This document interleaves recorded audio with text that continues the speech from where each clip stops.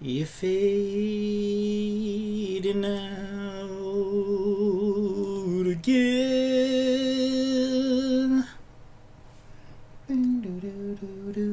You're fading out again. Yeah, I wondered why I had in my feed yesterday, in my YouTube feed yesterday. Oh man, the old... Oh, hang on. I left my emails up and let me close those. Let me close those. Let me not dox my emailers. Would be a good idea, wouldn't it? Yeah, I wondered why my YouTube feed yesterday had this girl who did a VTuber stream. Her VTuber debut stream was up in my recommendeds, and she had like 3 million views. And I'm thinking, even if that was botted, that's ridiculous. Like, there's no way, right? So I knew this one here. So I knew something. I knew I was missing something, and then I found out that it's Gouda, whatever her name is, Gouda Gadu, whoever it was. Yeah, there she was. So I actually watched a little bit of this. I had it in the background while I did some coding, and she did a little karaoke stream. This is something I've always wanted to do, and she did it on YouTube. And she's got a really good voice, actually. She's quite good. She's quite a good little singer. And I was like, okay, so YouTube lets you do that. YouTube lets you do DMCA karaoke songs. I mean, I get just a little less than 3 million viewers, though. So I don't know whether they'd let me do it. I get a few less than that, you know. I kind of normally sit around the 1.5 viewer numbers. Not million, just 1.5. Yeah, 1.5 people typically will watch my stream. So I don't know whether they'd let me do it, but I don't know, they let her do it.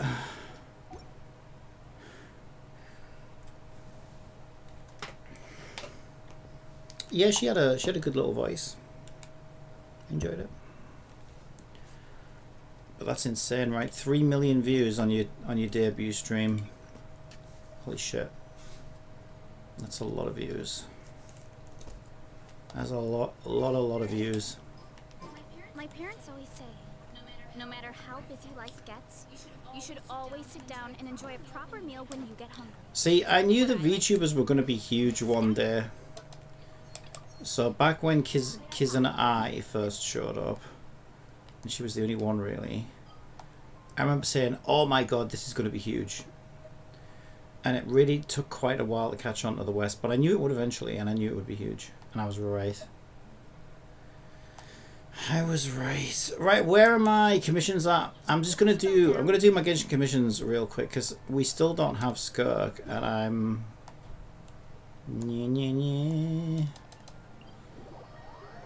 I'm in pity. I'm in soft pity. So in case you're wondering why... Oh wait, we're in Dragonspine? Wait, what? Commissions in Dragonspine? Is that a thing? Is it edible? Is that a thing? No, it's gonna be over in Mondstadt, right? Yeah, this is Mondstadt.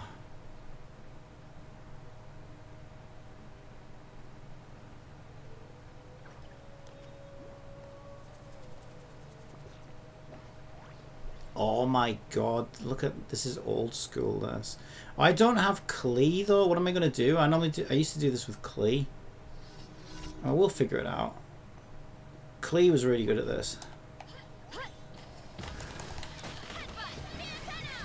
Yeah, Klee was really good here.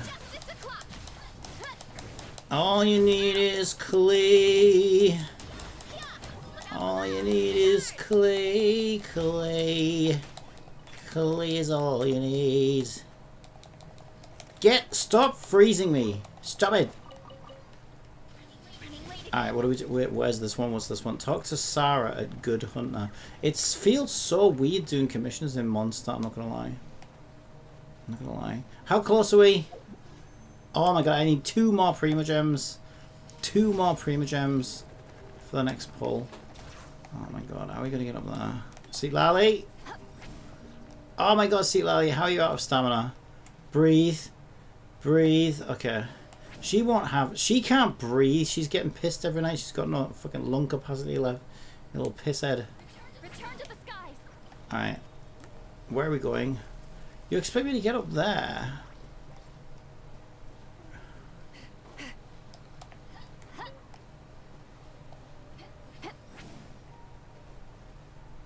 Wait for it.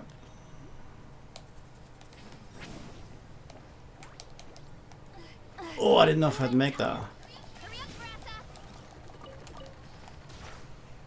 Man, commissions in Monster. Are we seriously all the way back over there? Wow, commissions in Monster are kind of hardcore. Alright, let's just teleport. We're going to be here all fucking day otherwise. Ugh. What is this? Oh, this isn't going to be the stupid flower girl, is it? Who sends me into Dragonspine and says, ugh. Oh no, it's Good Hunt. Oh, it's the delivery one. Yeah, I hated that one. I think that was the worst commission in Mondstadt. I've forgotten her name, but the little kid. And she's like, oh, I want to try and preserve flowers, and I've heard they preserve better in the cold. Will you go and fucking bury these flowers in Dragonspine? Then you have to like go back the next day and fucking get them again. It was such a pain in the ass. And I'd always break them because you can like smash them and stuff. Because you're not supposed to get into a fight, I think, when you have them. And of course, trying not to get into a fight in Dragonspine is like...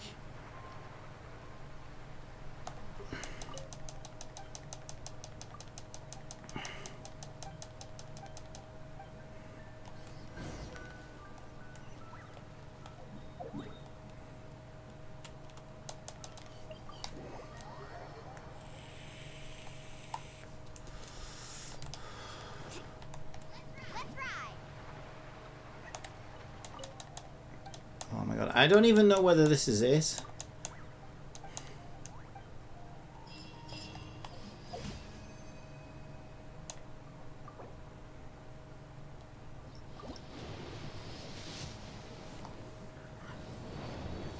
How is this not it? How is this not it? Is it the last day of the month? Did the shop reset? Or is that tomorrow? Must be tomorrow. God fucking damn it. Oh my god, I hate... Is it even worth doing the other ones? Go on, I'll do the other ones while I'm here. While I'm here.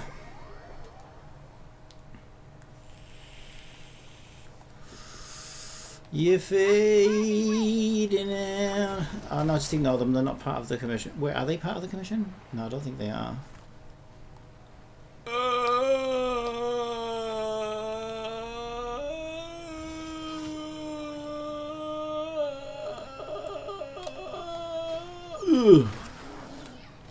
Ouch.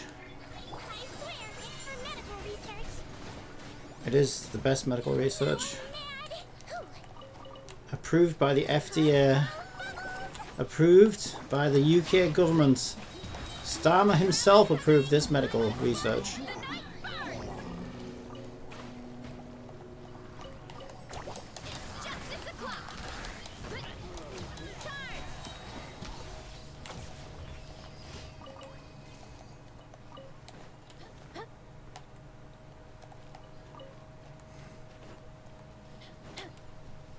We don't want to go in that cave, do we? I think we need to be above it. If I know Mondstadt like I know Mondstadt.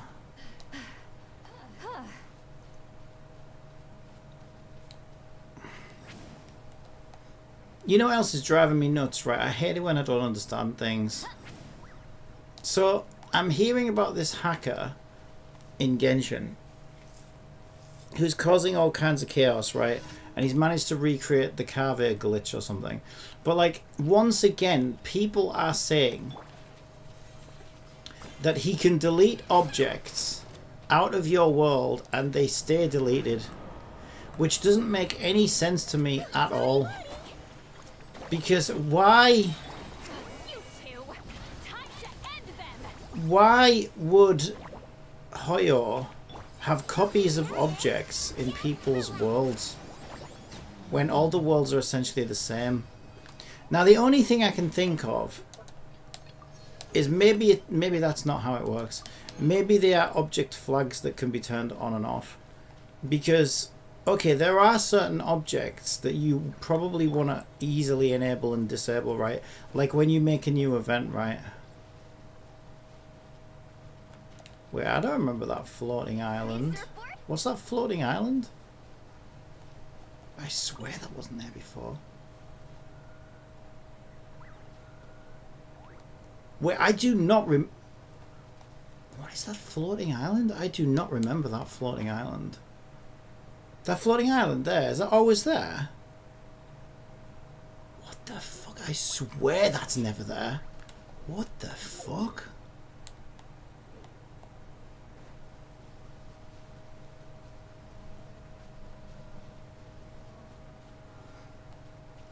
So the only thing I can think of is, okay, if I'm Hoyoverse and I'm making this game... Wait, did it disappear? Oh no, there it is. What is that floating island? There's something on it as well.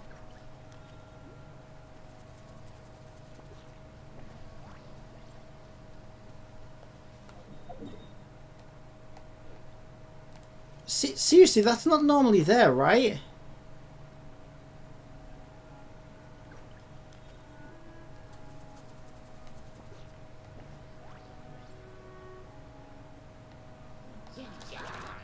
Hang on a minute.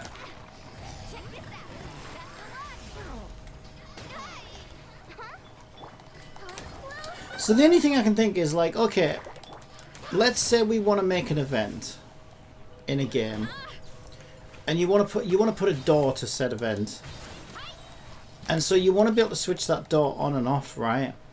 Because when the event's live, you want the door to be there, and when the event's ended, you want to get rid of the door. So then you might make certain objects like doors toggleable on and off, right? From the player's perspective.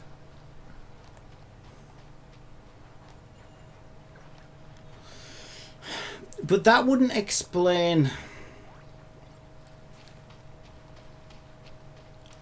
a lot of the things that are allegedly being switched on and off. I swear that never used to be there. I swear that island was never there before. How are you meant to get up to it?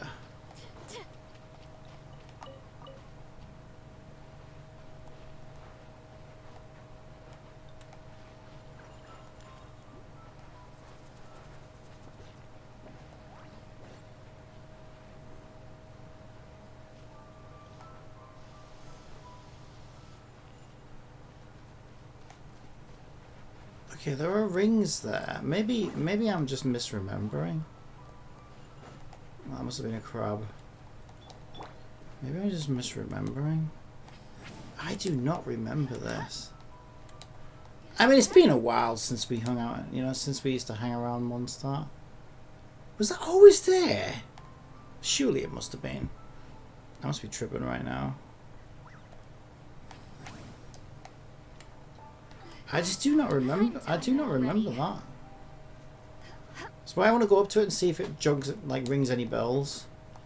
And then sometimes, like, I see something like that and I don't recognize it from a specific perspective. But then when I go up there, I'm like, oh yeah, I remember this. Because I do not, currently I do not remember an island being up there. Whoa. Oh, Seat Lally! Seat Lally! Oh, Seat Lally, I hate you so much. Right, where's... I hate this game. Alright, after you.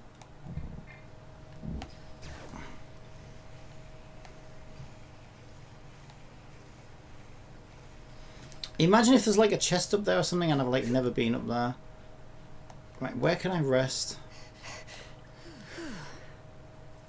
Right, rest here. Am I gonna get up there? Why is... Surely it's not on cooldown. Oh wow, nice camera. What the fuck? do not remember that. I do not remember this. Am I going to get up there?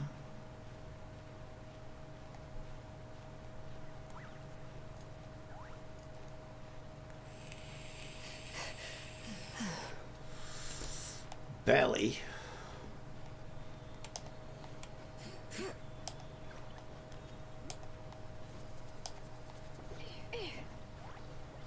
Okay.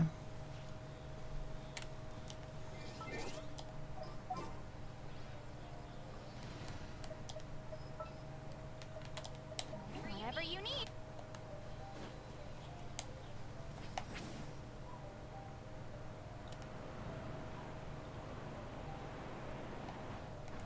I do not remember this. Oh, is it an event? What the fuck?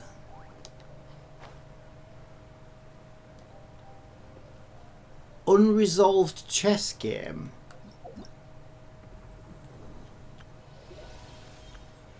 How long's this been here?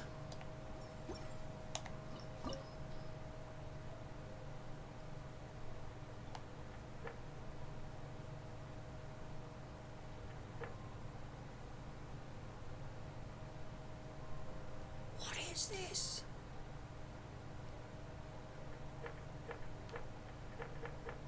I have no idea what this is. How long's this been here? What the fuck?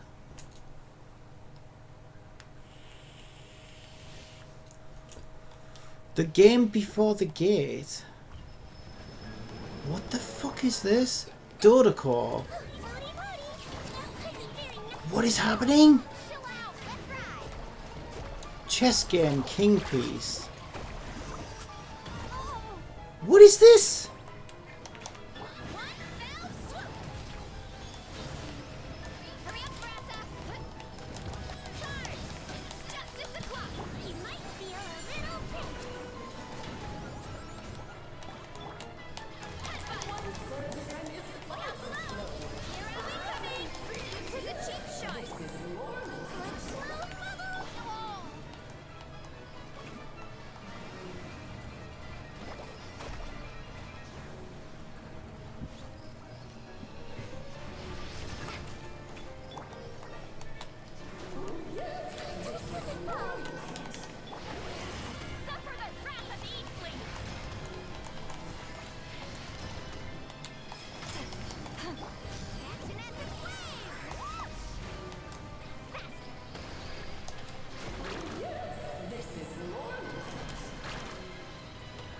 How long's this been here?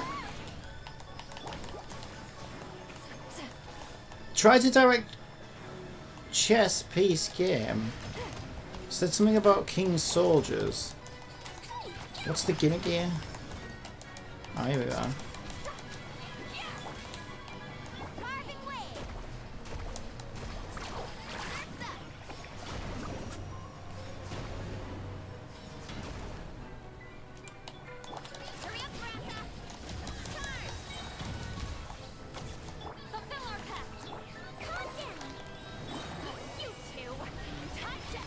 Is this even on the map?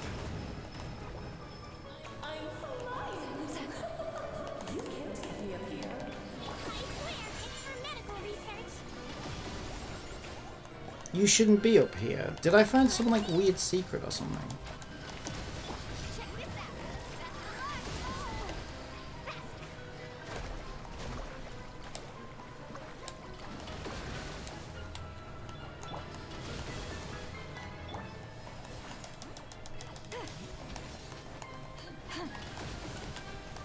Well, it's obviously Alice that we're fighting, right?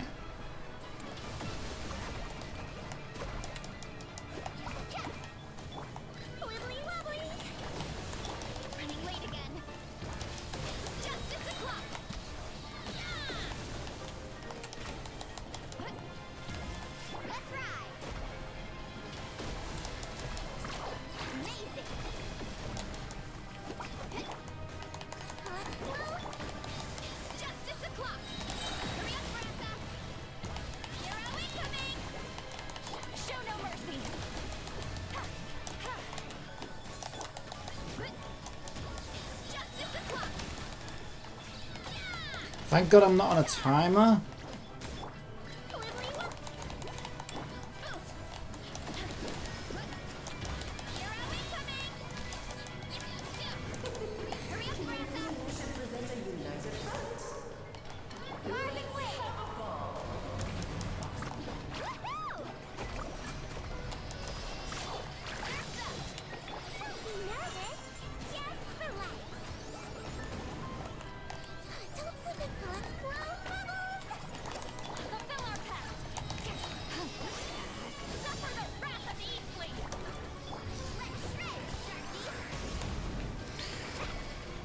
Deep blue.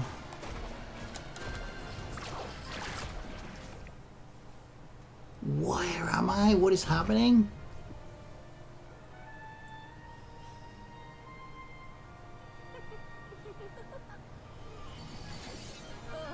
It had to be this form? A toy really doesn't suit me. Well done, but this isn't over. I will now preside over the second trial. Stare straight ahead, and you will see things as they appear. But change your perspective, and you will see them as they are.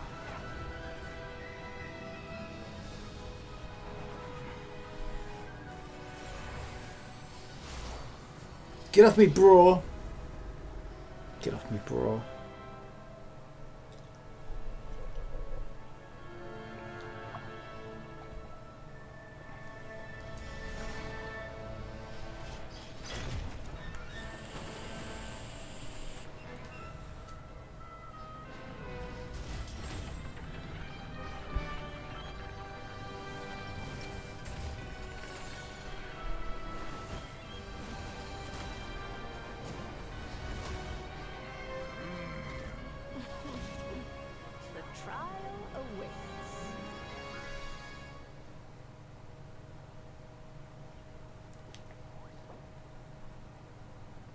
Right, I should change the stream over then. I don't even know where I am, how I got here. I just saw a floating island in the sky. I don't know whether this is telegraphed or what. I guess let's just load Miku. Miku will take care of it, won't she?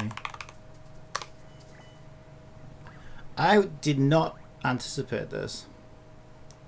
It's kind of nice though, because it's been a while since Genshin surprised me. Pleasantly at least. It normally surprises me in an unpleasant way. Ever tried chasing things before? You want to try? Well, I've set the stream title to Genshin Impact. Let's go, and updated the stream. Alright, are we good? I've set the stream title to Genshin Impact. Let's go, and updated the Yeah, you stream. said that already. Welcome to the Play Compile live stream. Alright, let's go.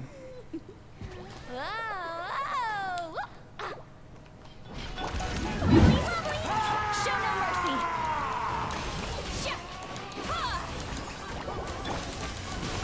I don't understand, was this in my quests? Was this like in my quests? Was it? There's not an event for it. So I don't really understand how I was supposed to know this was here. I just happened to find it. You two, time to end them. It is time Get to to work. slay our foes with one almighty... This calls for some Continuously trigger frozen. forgetting your minds. Check this out. See Laloon, East Papa, get him. Show no mercy. Blast is quite enough. Do we need to kill them together? It looks like we might need to kill them together. Hero incoming. Yeah.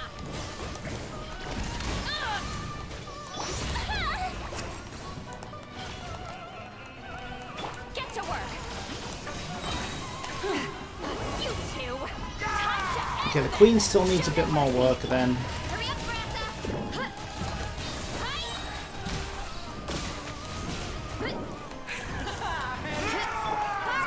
Return to form.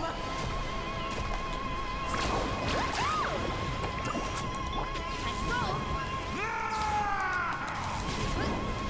It's justice o'clock.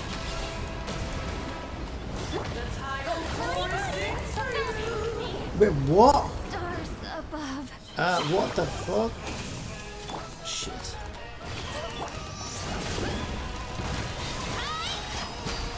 Yeah! 2 seconds to get the health back. There we go.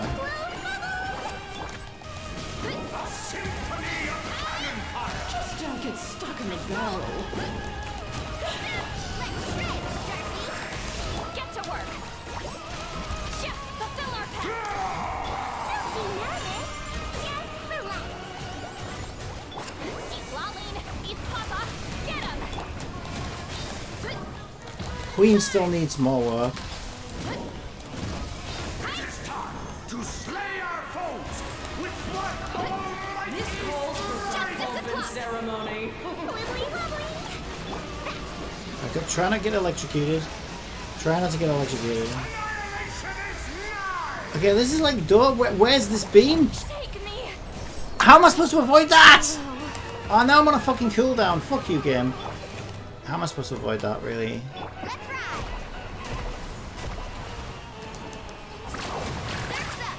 The Queen's always got more health than everybody else. My power is immense! One blast is quite enough. Justice o'clock. 30 seconds to get it back. Carving waves.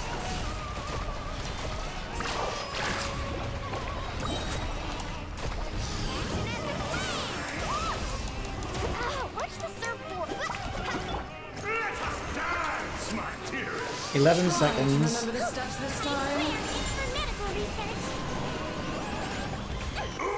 I thought I had memorized. 2, 1. Get it back. Get it back. And now, Ooh. a towering return to form! Wibbly wobbly. Get to work. Ooh, ooh. You're all incoming. Hurry up, Grassa. Hi. Oh no! Dogs. Sorry, my You dear. two. Time to end them. This is kind of challenging as well, I'm not gonna lie. Blundering oaf! You're ruining the show!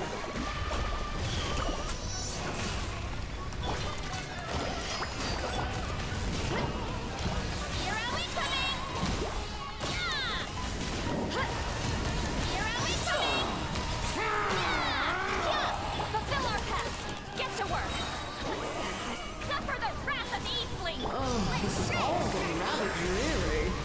Allow me, darling.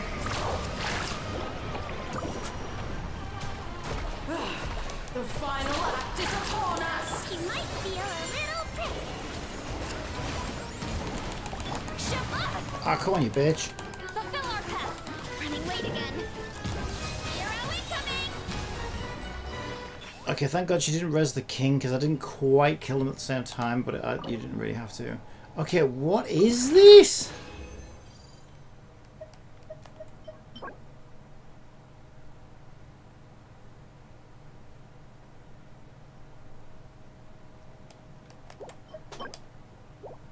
So is this like a new weekly boss or something?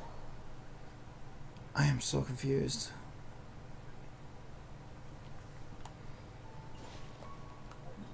So now we've got an icon for it. Yeah, it's got to be a weekly boss. I didn't even know about this. So what is that? What like Skirk uses? Maybe that's what Skirk uses. Huh. Yeah, because I thought this island... I was going to say I didn't think this island was... I mean, I noticed straight away, right? Like, I realized straight away. On Twitch, Kizia says, "Good morning." Good morning. Yeah, as soon as I saw it in the sky, I was like, wait a minute, what the hell? That wasn't there before. But I don't see any interface for it anywhere.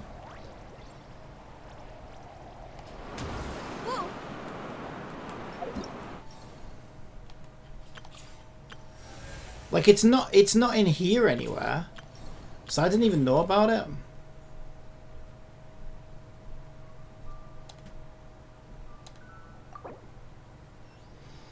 Witness anecdotes 4 times. Is this where the oh god. Wait, this might be an easy way to get Primogems, right? Dear is recording Coppelia's dance on camera, hoping she... Did I go and see her? Oh man, I hate this shit. I gotta go track them all down now, right? Also, I should have...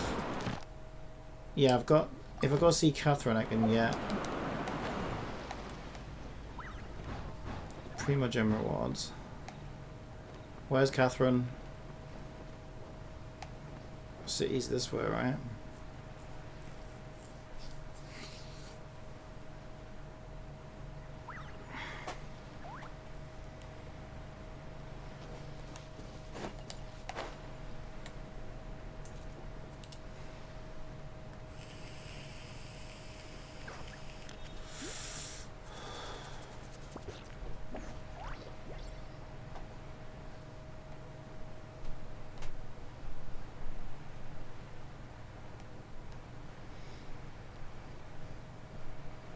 Right, I'll go get my Catherine rewards and then maybe I can try and track some of those down. Because any pull now should be my 50-50. I got no stamina. Let's go. Lolly, Papa, get him!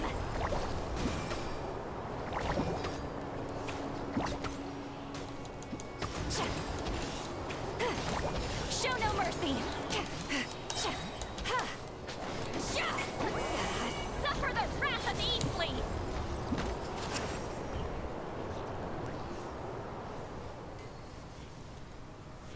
All right.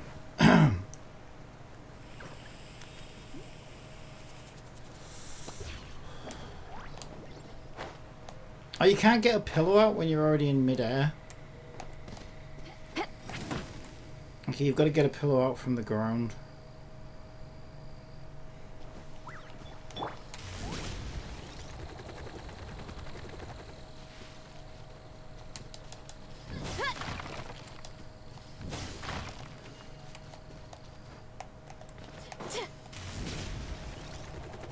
So I'm guessing that must be Skirk's materials then.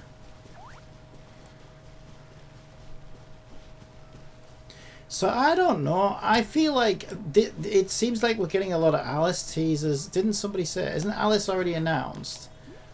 I don't even know whether I should just wait for Alice. But then again, it's a 50-50 on Skirk anyway. So if I lose the 50-50, maybe I'll just be glad to wait for Alice. I think I'd prefer Alice over Skirk, to be fair. Depends what she does. Well, she might be Pyro, right? Because Klee's Pyro. Cynthia says, Skirk material easy to get plus you can planet it. Planet it? Planet? Well, I don't know whether I'm getting it yet. I don't know whether I'll win the 50-50. Cynthia says, in your house. Oh, plant it in the house. Yeah, I see what you mean. Add Astra at... Yeah, I don't know whether I'm getting it or not. Yeah. Add Astra at...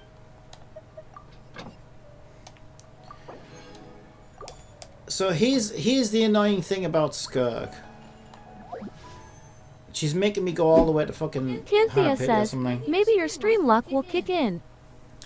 Is that today's date? Okay, so add 1 to this, because I've done one today as well.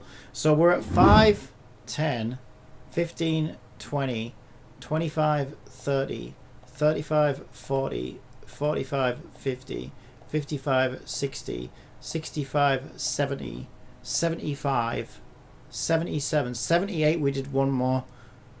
The next pull is 79. I don't think I've ever been this deep before. The next pull is 79. That's crazy. Cynthia says, you're on soft I'm on pity. hard pity. 8, it's oh no, is it 90 it's guaranteed in this? Is it 80 or 90 hard pity? Maybe it's 90. Maybe I'm wrong, maybe it's 90. Yeah, so I just kind of want to know if, you know, is it a yes or is it a no? So how do we find these bitches? One of them, do they show on the map? D is supposed to be in Fontaine, according to what it said there. Something to do with the ballerina dancer things or whatever the fuck. Will her icon show up? I'm not sure which one it is.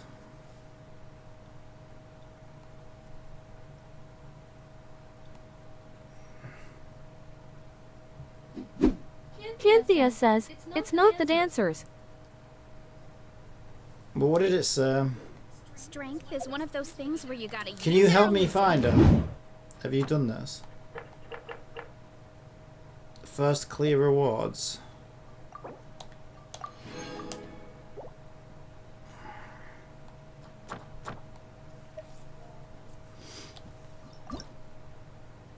Yeah, I'm gonna wait and see if I get her first.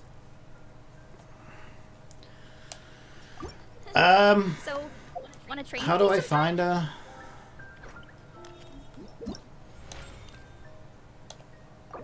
Oh, fucking hell. How do I see them? Event guidelines, anecdote chronicles. Right. Capellius is the dancers. Capellius is the dance. She's recording Capellius's dance on camera.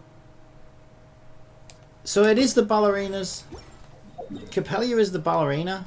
The man and the woman that dance in the middle of the fucking thing. That's what I'm talking about. That's what it says there. Cynthia says, oh. Can you remember where that is? I'm just trying to remember where it is.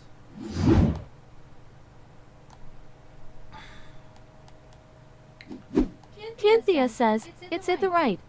To the right. Oh yeah, there it is. Thank you.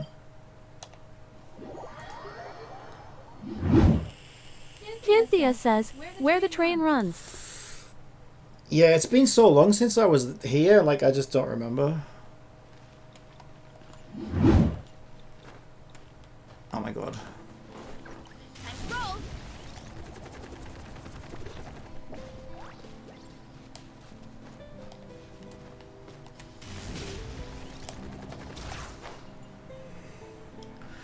Right, so it said Dia was recording the dancers on camera.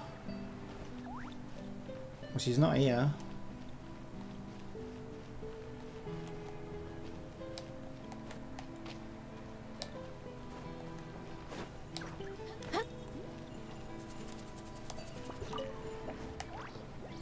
She's not here.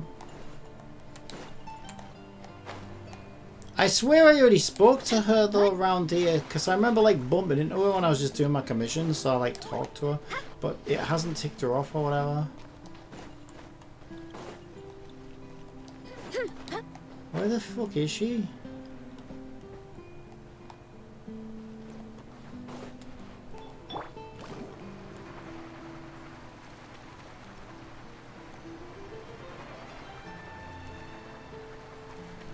Okay, I have no idea where she is. There'll be a guide though, right? Need a circle. I just need a few stinky Primo Gems. I don't want to be here all day. I feel like I want to work on my game. But I'm so freaking close. Like you say, I'm in soft pity, right? I just need, like, it's good. It's going to be any pull now. I just want to know. I want to get it done. Where the fuck is she? Right, I'm gonna need a guide for this. What's the name of this stupid ass fucking event? Traveler's Tales Gilded Chapter. Right, I don't want to be here all day. Traveler's Tales Gilded Chapter. G-I-L-D. Yeah, Gilded.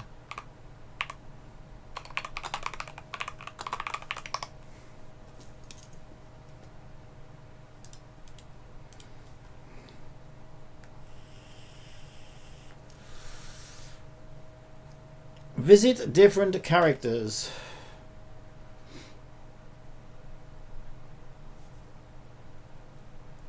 I mean, it says here Dia right where I am. And she's not there. Unless she's lit up because I already did her. Maybe she's lit up because I already did her. Okay, so Thomas in fucking Mondstadt in one of the fucking pubs. Oh, Jesus Christ. Okay. So we came here for nothing. Which pub is that? Not the cat's tail, it's the other one in it.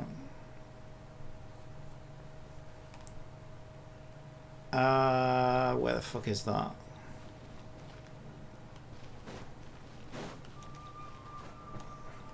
I can't remember which one it is. Isn't it this one? Oh, fuck off, mate! No! Shut up! Shut up! Not you, you fucking prick. Oh, my fucking stick drift right now is so bad. Look at this fucking stick drift. She's doing all this on her own. I'm not even trying to... Oh my god. It's driving me insane. It seems especially bad in Genshin Impact though. Yeah.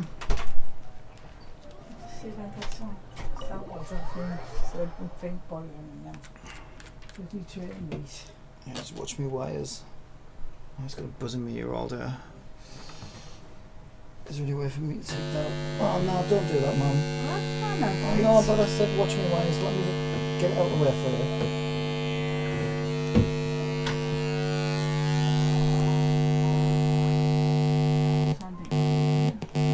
Just need some me just to fix that now.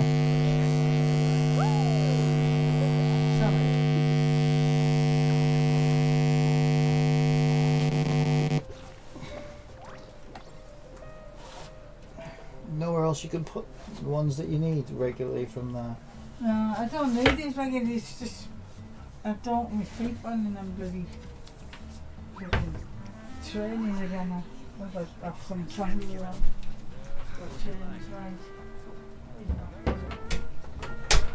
Give me a second.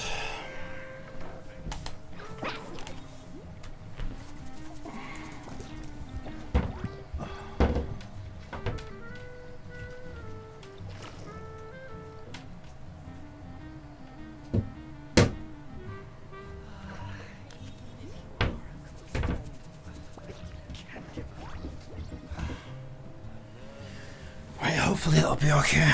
You can only do so much on your own, but with a group, Right, sorry about that. Right, well, who are we looking for? Fucking Toma.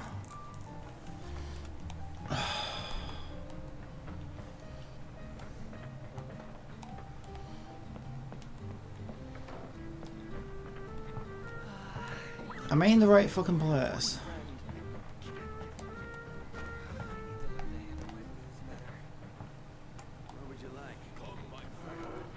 Well, maybe he's in the cat's tail.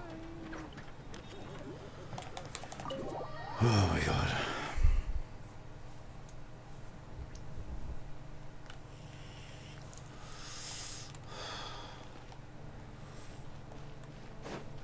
carving waves.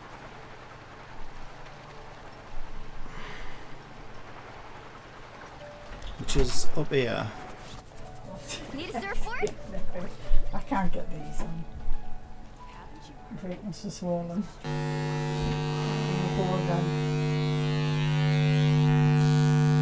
Some grandmas and Spencer's ones there that are most comfortable. I can't freaking see it.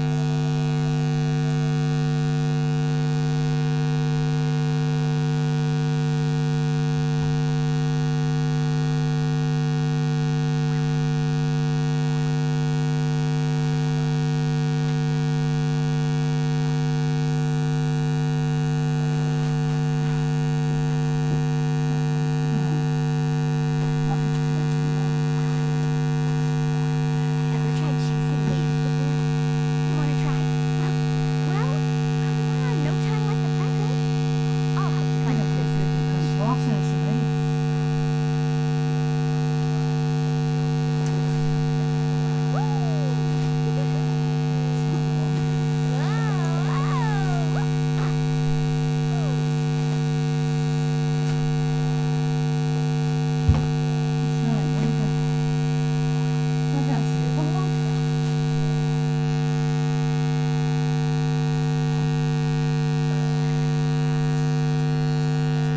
Just give me a minute, guys.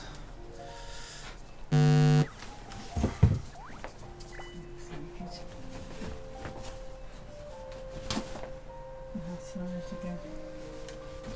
That's not it, isn't that?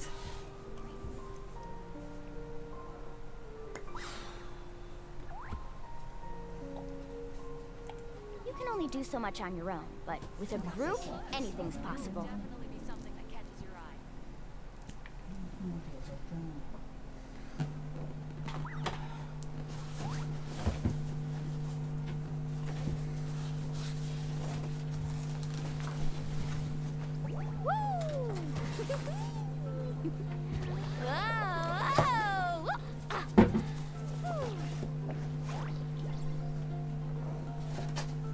That's impossible, this. You got so many bloody shoes, that's why. I know, but the other one should have been with us. The most important part of going out to have fun is, well, Oh, I haven't going touched out. them. So just show up and I'll handle the rest.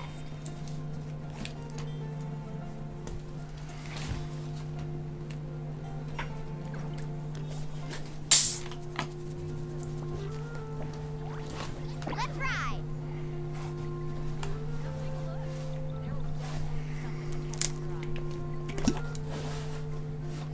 What's it there?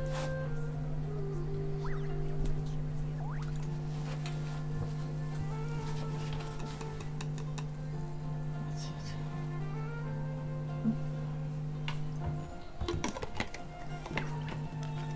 Don't just let me sort that out. I know, I'm trying to get glasses. Right. Right. Thank goodness for that. What's it, maybe carry on? I'm in a ladder now. Whoa! Right, I'll see you later. Right. Right, just give me a minute, I just gotta fix my speaker.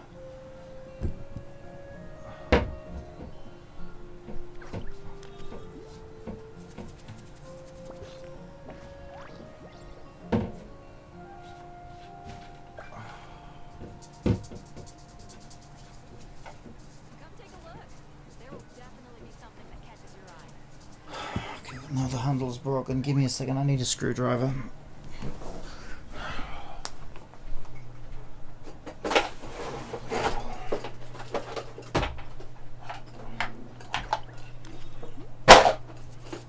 Possibly keep this somewhere else now.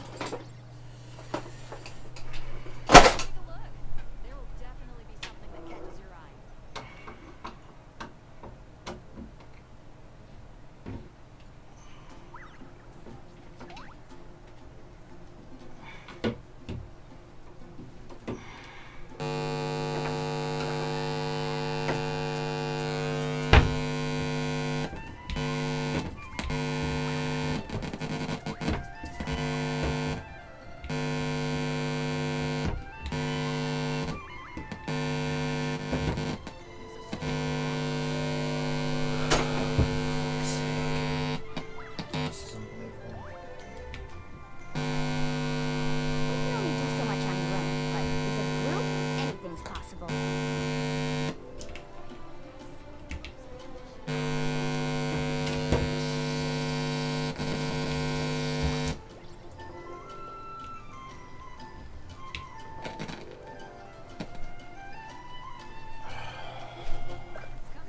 Fucking pain in my ass. Right. Sorry about that. Why does it fucking smell weird? It smells like farts. It's like since opening that cupboard.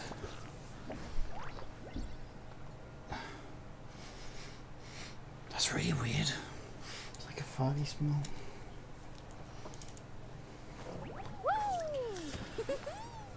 Oh my god. Right, okay, is he in here?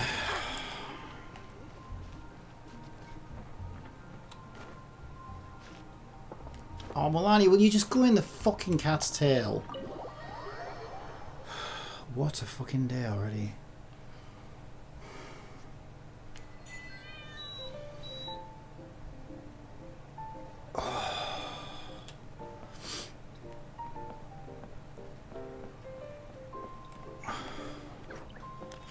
Where the hell is he?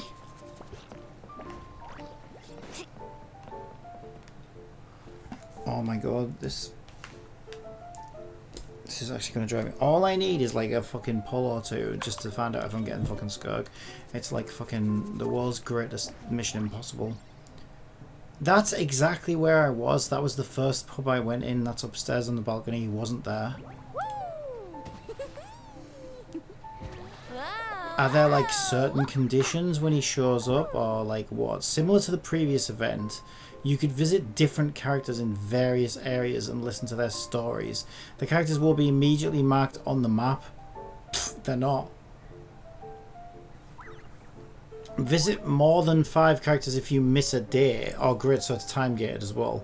There are more than 5 characters that will spawn on your map. Or what? So it's just like 5 random characters. Well, come on, no time like the present. So it's probably just it didn't randomly spawn then. Oh my god, I fucking hate this event. What happened to Genshin? Genshin used to be a good fucking game. Now it's absolute fucking trash. It's so bad. Mismanaged to hell and back, that's why.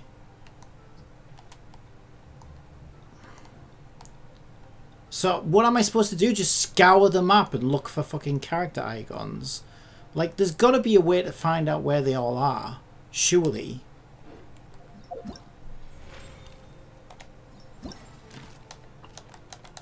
Why are they all disabled? No anecdotes have been recorded. This is fucking ridiculous. We're just supposed to happen to bump into them or scour every inch of the fucking map looking for an icon.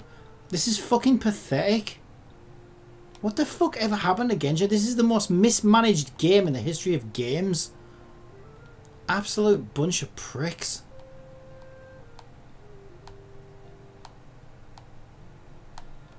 Like, you can tell that they fucking hate their fucking players. It feels like they're going out of their way now to fucking kill this game and make it the most unplayable piece of trash we've ever fucking seen. Well, fucking mission accomplished. You're doing a great job if that is your fucking mission. Jesus Christ. Right, this... Oh, I happened to find... Whoever this is, looks like Carrara. Yeah, Carrara.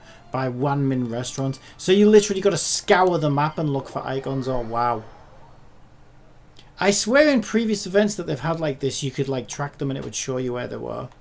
But now they're like, no, fuck you, you gotta find them yourself.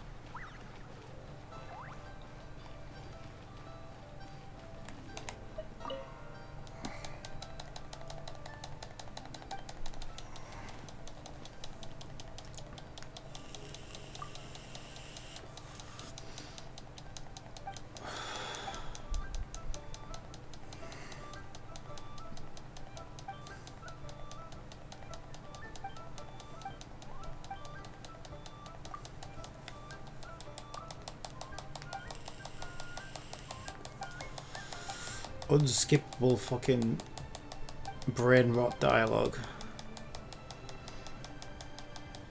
It wouldn't be as bad if it was at least voiced. Now maybe it's supposed to be voiced. Who knows these days, right? Fucking shit show that Genshin is.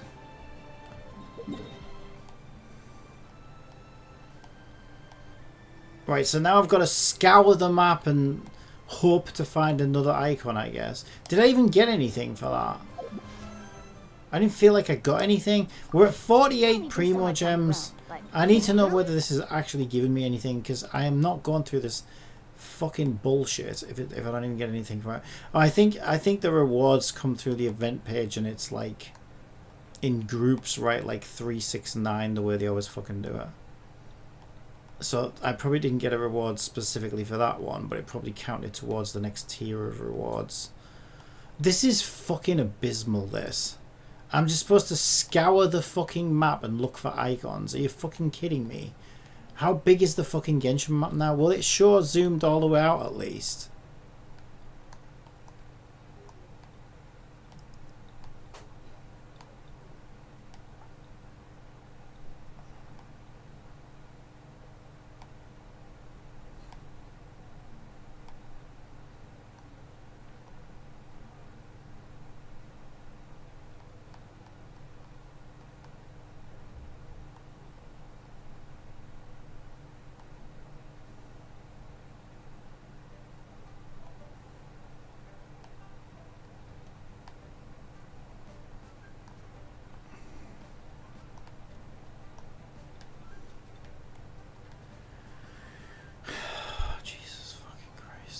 This is fucking ridiculous, this.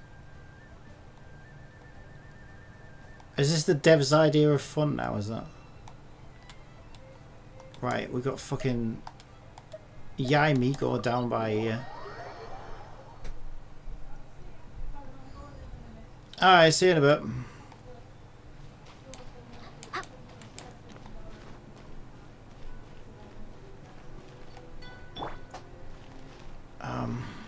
Above me. She's gonna be at the top of this thing, isn't she?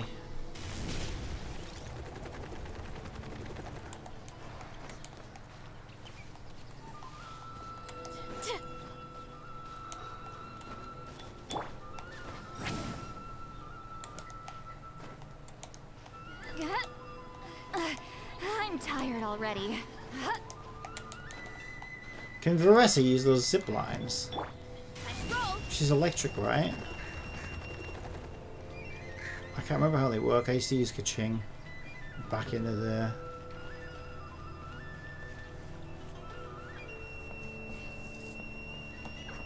Where the fuck is she?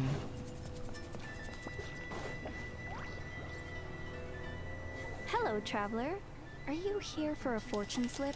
Apologies, but now isn't the best time. It is, and so are the bamboo slips within. However, we've run out of the corresponding fortune slips.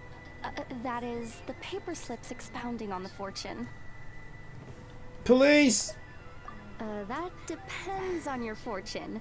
We are currently preparing new slips. Draw a slip. Sounds like someone's been fucking slacking to me. That depends on your fortune. Whoa, Lou means not happy. We are. And Oh my. I was just wondering who wandered Well, at least this by. one's voiced, I guess. Why, it's you, little one. Are you here for a fortune slip? That's right, but Ringo said that they were all long gone. That they are, yes. Everyone in Inazuma seems to be getting more anxious by the year. Oh, won't someone think of the rising paper consumption? We just restocked earlier too, and poof, gone again. Even the great fortune slips are nearly gone. Oh, truly, the troubles of being a Guji never cease. Still, you're in luck today. Here you are, Ringo. 300 fresh, good fortune slips written by yours truly in a single sitting. Should be enough to tide us over. 300, and just how long will it take to go through those? Well now, that depends on everyone's fortune, of course. Now, little one, aren't you here to seek yours? Go on. I'll cover your eyes while you draw a slip. Now be sure to draw well. These aren't your everyday fortunes, you know. These are Guji Yai's special slips.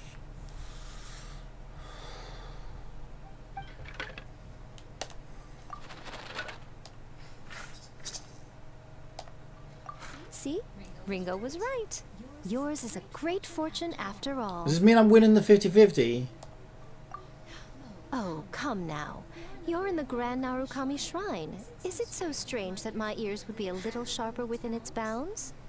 This fortune slip was personally written by the current Guji of the Grand Narukami Shrine herself, Yai Miko, so it's quite potent. Guard it well, lest it ends up in the hands of a Tanuki or Baku. All right then. As always, I leave the rest to you, Ringo. yes, Lady Gucci. That's exactly what she means. What Lady Gucci wrote were the good fortune slips. The bad ones are yet to be completed. Alas, any fortune I write would simply be too potent. Surely such power shouldn't be used to foretell doom and gloom. Safer then to have dear Ringo pen the misfortune slips. The well-being of every visitor to our shrine is at stake.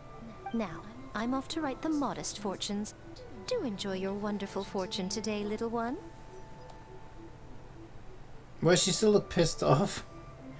She's trying to slack off, isn't she? Nothing but an excuse to get out of writing too many fortunes. Please enjoy your wonderful fortune today, traveler.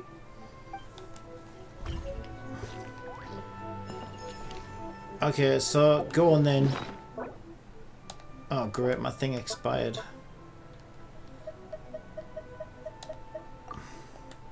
I'll bite what's in this stupid ass fortune slip.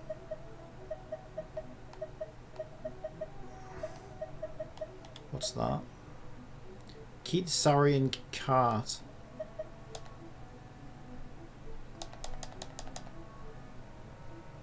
Written personally, but it doesn't really say anything though. Just says written personally. Proficiency rewards available. What does that mean?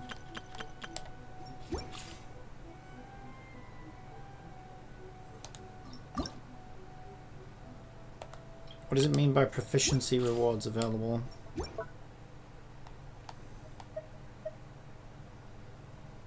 Search for players, destroy deck.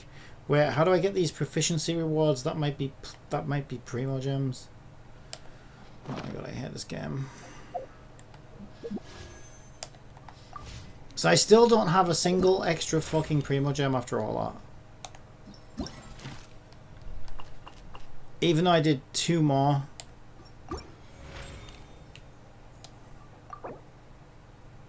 I need 1 more. But there's only 3 a day apparently. So I found 2 of 3. But also I don't know. Okay, there's the other one. There's the other bitch. Bathhouse. Apparently we can't teleport into it.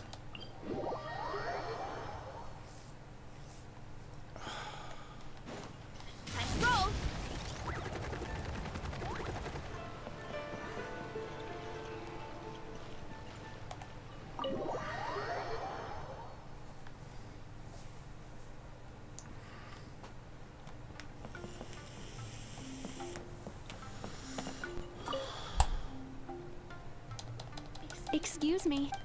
Yeah, if it's only half voiced, I'm only half listening. It's fine. Yes. Just give me my reward and fuck off. I wouldn't go that. I never really liked this character. I don't like either of these characters. But I like Yamigo. Oh my god. Can we just fucking skip it? I don't give a shit. That's correct. I think it's quite. This game is so obnoxious.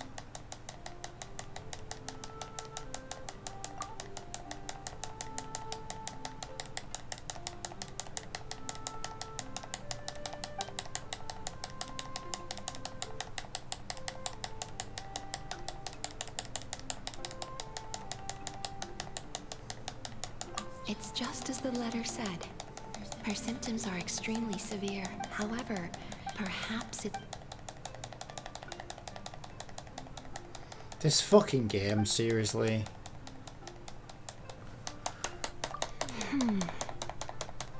Don't worry, I will help her. Now. It's just a fucking waste of your time, it really is. It's just to waste your fucking time. And that this won't even be enough to do the pull anyway. It'll be like, what is it, like fucking 30 primo gems? All that fucking shit for 30 primo gems. Wow. I'm like, I'm not even halfway there. 78 isn't even half a pull. And now I'm out of interactions for the day because there's only 3 a day.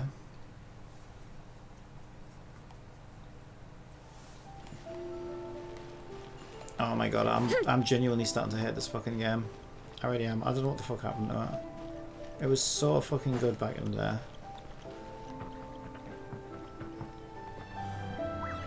Right, maybe I can get some rewards from the cat's tail or something, because it said that I had proficiency rewards, whatever the fuck that is, for my tome casket fucking bullshitty.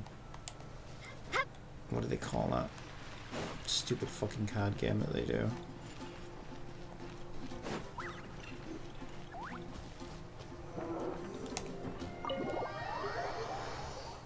TCG.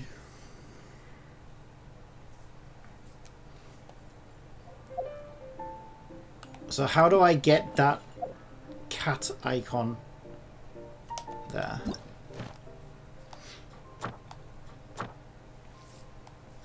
Well, I don't know. Where are these fucking proficiency rewards, you lying twats? I don't have no proficiency rewards. Plus, they only reward you in fucking bullshit coins anyway that you can't do anything else with. Can I get anything off them? View the shop's commodities. Right, so I can buy TCG shit, which doesn't help me at all.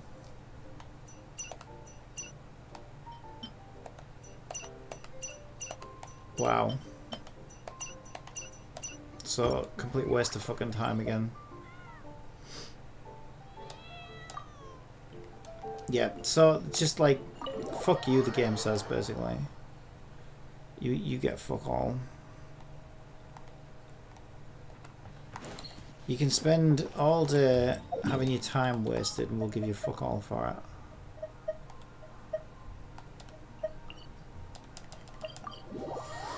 I'll get my shit from here.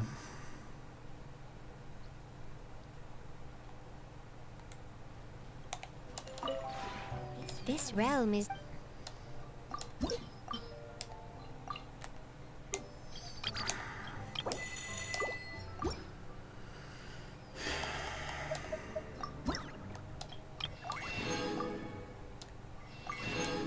How do I...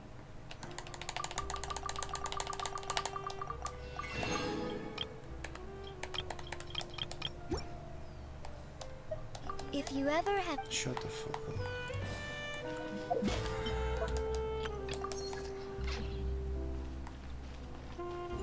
Right. We ain't getting shit today then. Wow. They killed that game. They literally killed it. It's practically dead to me now. Alright, so I've been working on presets, so what I need to do, I need to change my stream back. I'll close Miku because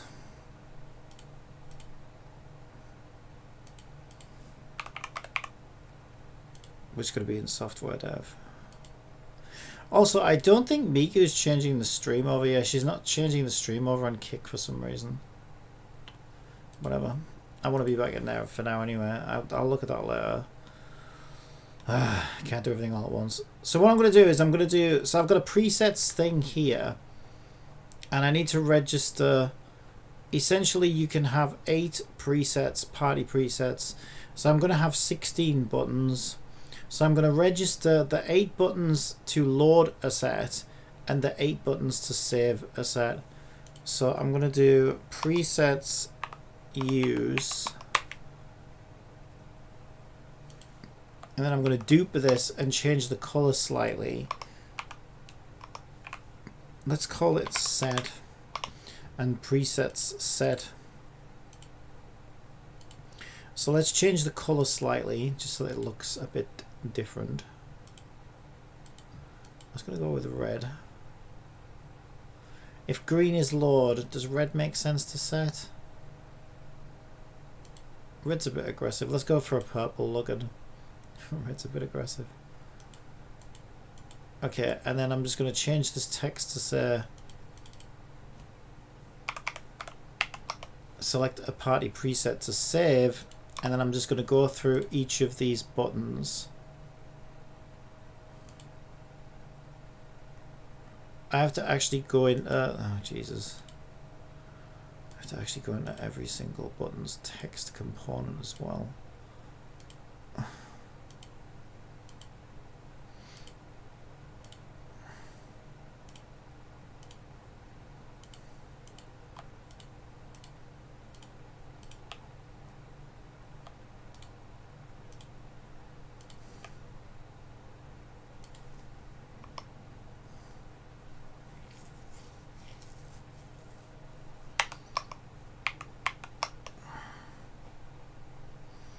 Or maybe I will say save here.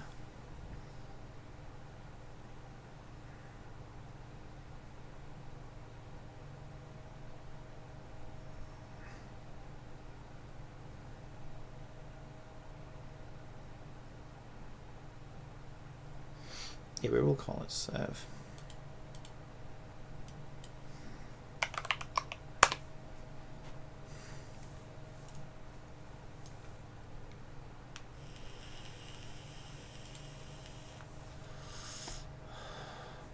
Right, so back in my party select script, I'm going to put my 16 buttons.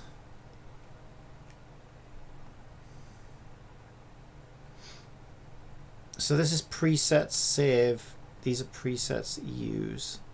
So let's collapse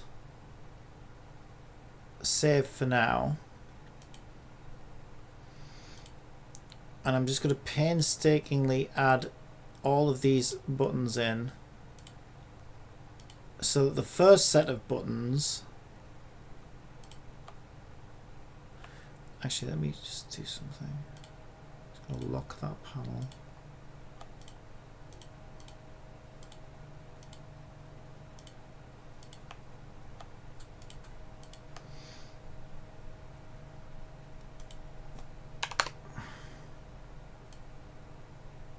There we go. So now we should have presets 1 to 8 in index 0 to 7. And then I need 8 more entries. This is where it gets a little... Is that still in order? Yeah. I don't like the... I should have left it open at 16. Because I don't like that, because I can't like see where it... I know it starts at 8. But you know what I mean? It's like visually slightly confusing. Let me see how this works. What if I want to... You can't even do that. You'd set it to 8 again, I guess. Here, set it to 8 again, and we'll collapse that.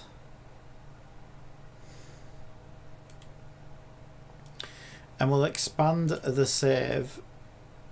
And then what if I just highlight these now? I want to add them to the list. If I just drop them on the top of the list, I would imagine it would add those to the bottom of the list. That's what I'm expecting it to do. Yeah, it seems to have. Okay, that's good. That's what I was hoping it would do. That's what I was hoping it would do. And then that should go back to preset use. Yes, it did. Okay, that's perfect. So now all of our preset buttons are registered because we have like on preset button clicked with button index, and we know from button index that there are 0 to 7 for the sets and 8 to 15 for the saves.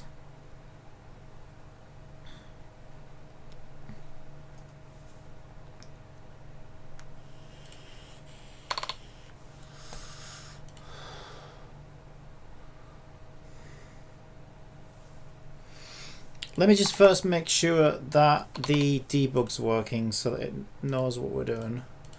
And also I need to wire up those buttons now. So we have 2 new buttons.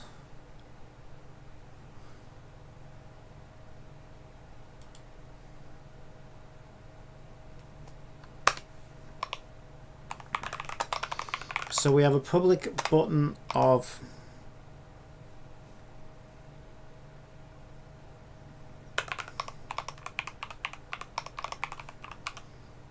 preset load and a public button of preset save. Okay, and if we go into our, we also need these objects referencing as well, these containers.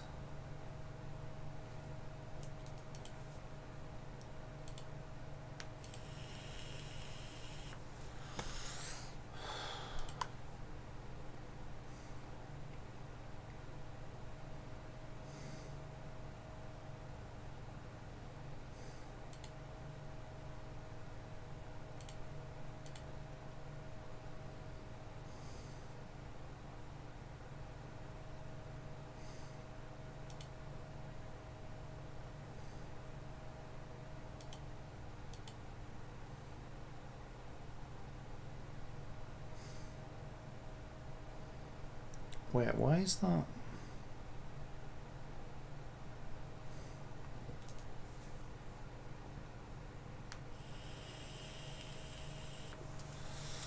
Oh, I left save open. There we go. Wait, I'm so confused. Where the fuck did the rest of my thing go? Why is that turning that on though? Why does that? What? Why does turning preset save off? Wait, I've never seen this before. What the fuck? Why is a child turning off its parent? What the fuck? I've never seen this before. Oh, I know why. I forgot to unlock the panel. Okay, now it's making sense. I thought that was weird. I was like, wait, what is happening? I forgot I left the panel locked. Okay, right. So, we have our button presets load and our button presets save. I don't know if those made sense to me last night, but I don't know if they're very clear. My thinking was... Oh, it'll be clear when you click them anyway, but my thinking was like load is the arrow because it's kind of like saying we're loading a preset into this, right? And then plus is like add a preset. So essentially we're adding the current team as a preset. But only I would know that because I've been thinking in those circles, right, as the developer. But I've got to think how a player's going to interpret this who doesn't know anything about it, right? This is the first time they're seeing it. Is it intuitive and does it make sense that that's what those mean? Last night I thought yes, but now I'm not so sure. I think I'd get confused by that. I'd be like, well, what does add a preset mean? It would be clear when the second panel opens up, so it's not the end of the world. But I'm just wondering if there's a way I can communicate that better.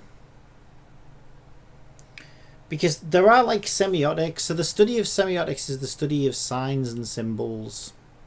And we learned this in our media studies. So a good example of semiotics, right? If I was going to use semiotics to convey this, I might use a save icon. And typically if we just do a Google search on save icons, these are like... These are obviously like common symbols that represent the save function. So if I want to communicate saving better, I might consider putting like a floppy disk on there.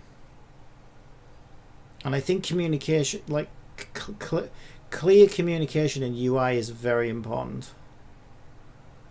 But also so is the visual like appeal of it. So it's like the visual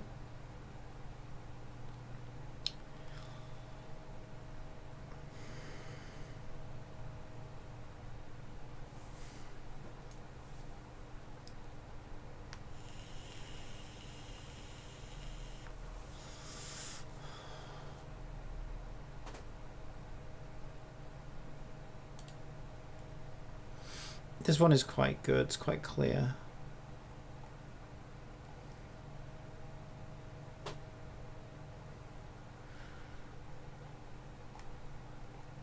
The more simple and clear you can communicate something in a UI element, I think the better it serves its purpose.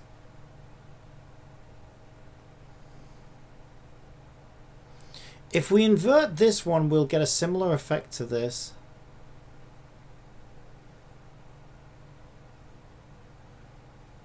Or even this one.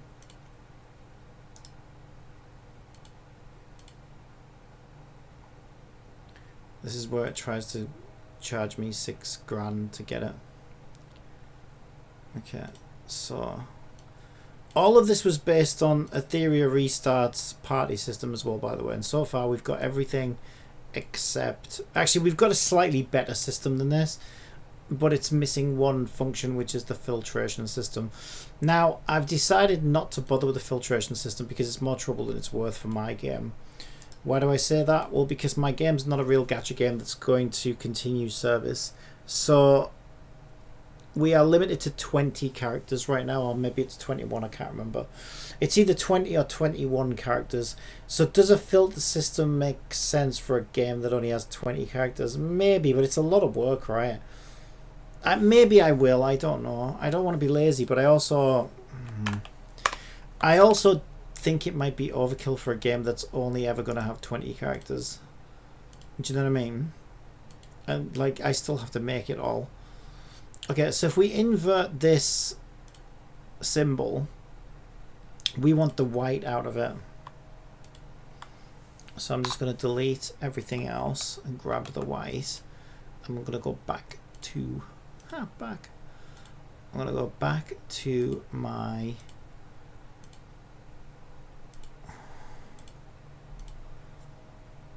design.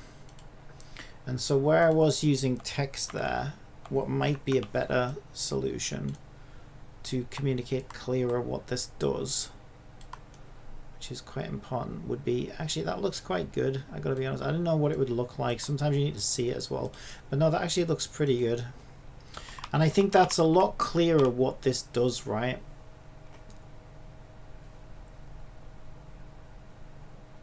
It's much clearer now that we're saving something, right? We might not know what we're saving, but once we understand that these are presets, then it's very clear which one is load and save, right? You can't really get confused by that. And I think that overall is a better way to go. I'm just going to shift.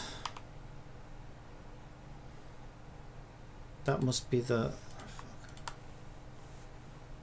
Yeah, I want to shift that one over a little bit. There we go. Yeah, I think that's a much better save icon. The only problem is when we go wise, oh, you can kind of see it a little bit. Yeah, that's fine. Okay, so I'm going to replace my save icon with this one because I think it's much clearer what we're doing. So we want to be in resources. So Unity projects, iDLE, assets, resources, UI, and this one is button.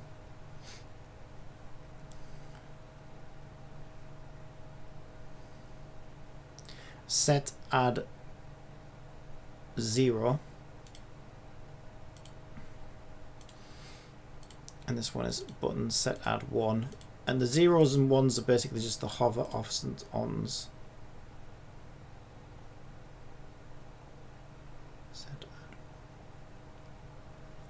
Set add 1, where are we? Oh, we're back in fucking project resources. Of course we are.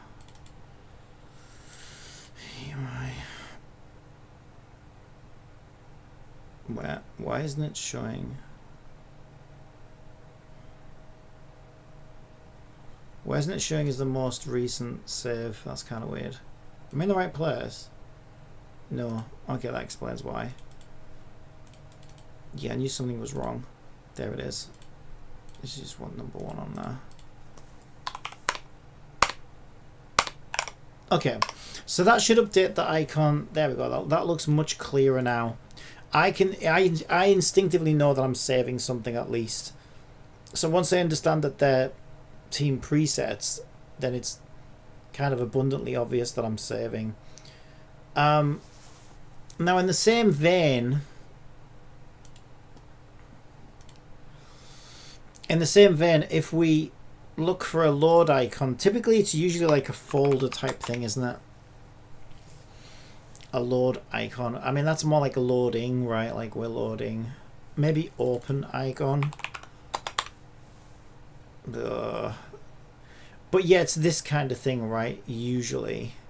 I've never been a big fan of that, though. I don't think it makes sense. Like, why are we showing a folder to show that we're opening something? But traditionally, that is how we show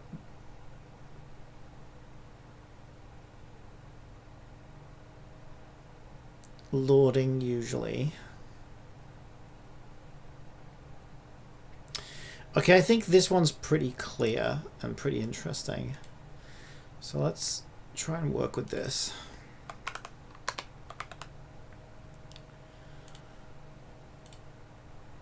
Okay, so we want less tolerance. 22 I meant to put. There we go. Beautiful. And I'm going to invert it. I'm just going to make it a little bit brighter. Just the other way. Fucking move, you little bitch.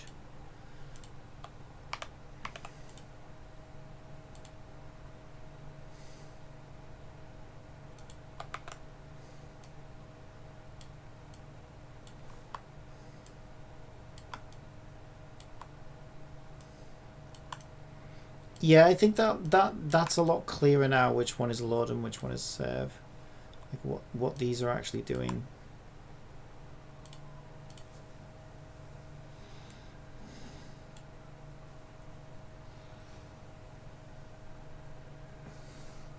And it still looks quite good. Just gonna make it a little bit smaller.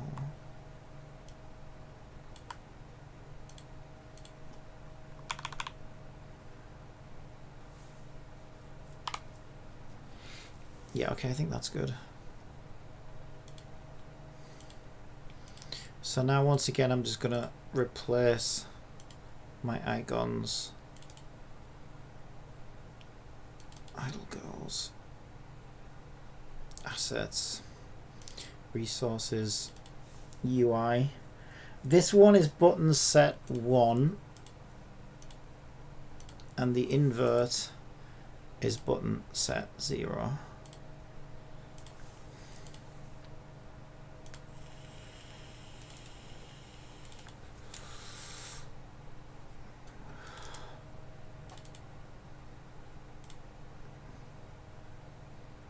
I don't know how what happened there. I accidentally right clicked and I didn't mean to, and it kind of threw things off. I hope I didn't fuck anything up.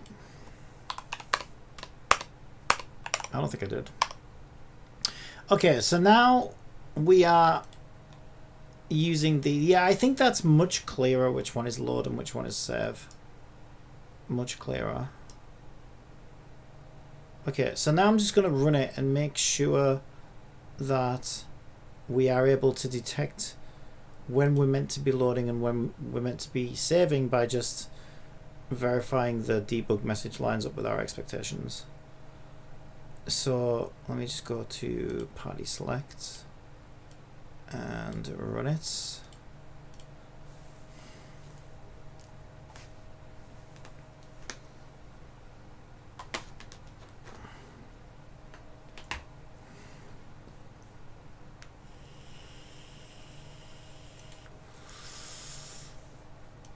Okay, nice.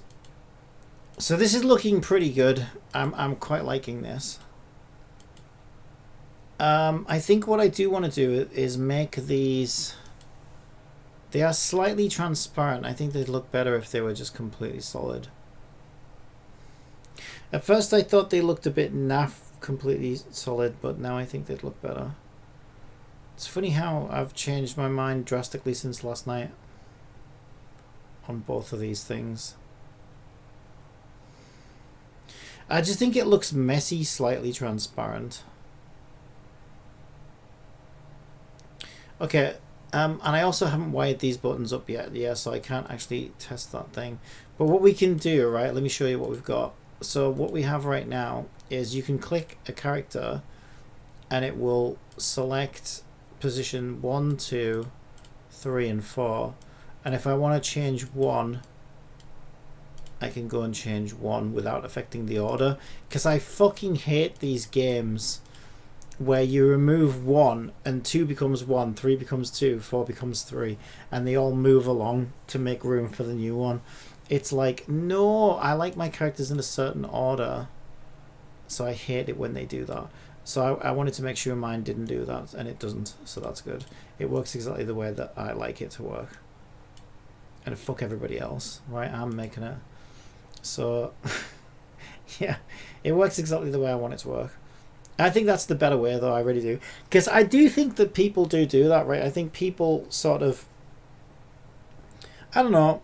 I would imagine most gamers will assign specific characters to specific slots. I know I do. Maybe other people don't, but it's another question of like, what? Well, if you're a player who doesn't care about the slots, then I guess you wouldn't care whether they're being shuffled or not, right? But if you're a player who does care about the slots, then you don't want those slots shuffled. So then the best solution is not to shuffle the slots, because then you don't upset the players who don't care, and you don't upset the players who do care. So that's the better solution, in my opinion, because everybody's happy, right? Of course, the truth is you can never please everybody. There'll still be somebody who gets upset by that, but yeah, that's probably the least common. Whoever's getting upset for that, for whatever arbitrary reason that I can't think of right now, is probably in such a minority that you should never really design things around edge cases,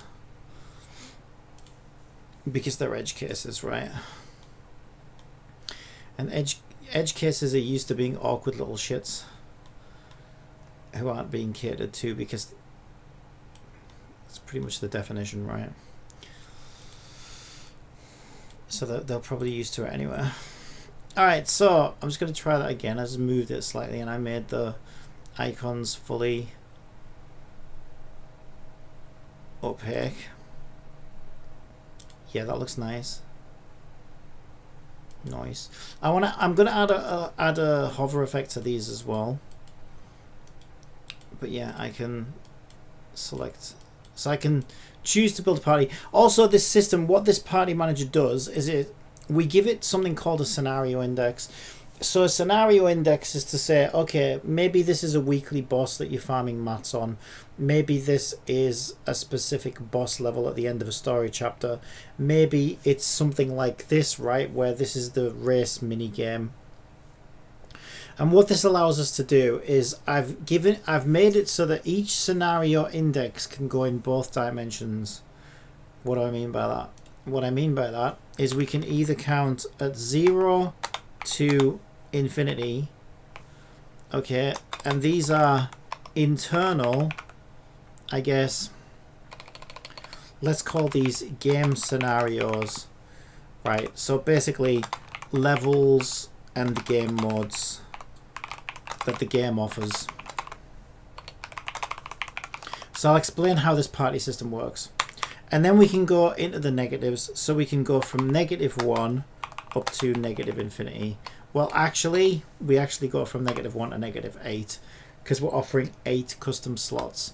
And so in the negative dimension, these scenario indexes represent custom presets, right? Teams built and saved by the player, which have no relationship to the game at all.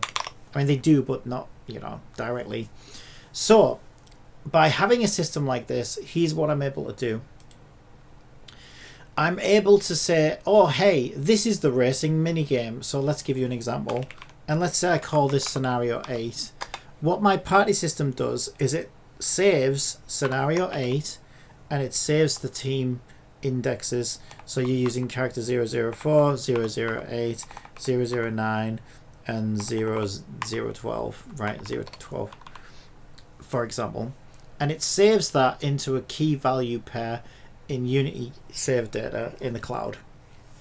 And then every time we open this, we look at the scenario index and we pull this data and we set the team accordingly. So what is the player result of that? The player experience of that is when they go back to the weekly boss farm, it remembers which team they last used and it automatically puts that team up for them. So if you use, because you're probably, again, it's trying to design around the most use cases, right? Most players would probably use a specific team to do a specific fight. And so this is why, and again, this is kind of what a theory restart does, so I kind of like based it on that. So I can say that this race is scenario 8, a weekly boss farm might be scenario 12, right, for weekly boss mats, and then it'll save scenario 12's team consists of characters 1, 2, 3, and 4, right, whatever it is. And then I realize, oh, hey, they're about to go into scenario 12. Let me just see which team they used for scenario 12 last. And then these buttons allow us to go into the negative range. So the negative range is 8 custom presets that the player can save and pull and load whenever they want. So as I'm building a team here, so let's say I'm about to do a new type of fight. Let's say I just got Nozomi. This is a great example. Let's say I just got Nozomi and I've been wanting a good fire defender for a while, and I'm like, oh god, this is the team. This is the thing I've really been struggling with in this game, is my fire defense. So let me build a team with Nozomi up front, my new Nozomi because I just got her, and let me add so-and-so and a fire healer and an icebreaker and a fucking water, maybe not a water defender, a water debuffer, whoever it is, right? I just set a team right now by just clicking on icons, right? The idea is I can just quickly go to save right now. It will ask me which slot I want from 1 to 8, and I can say, you know what, I'm going to save this team composition. Maybe they did really well at the end of the fight or whatever, right? And I should be able to just say, okay, I want to save this team comp and put it as one of my custom slots because this was a really good run, or this is something I'm going to need again and again and again, right? So this would go into one of the 8 custom slots that we're offering the player to save their own team presets. So that, I'm quite happy with that. That is going pretty well. So the next thing we need to do is we need to pull up the load and save preset menu and link them to these load and save buttons. So our preset load icon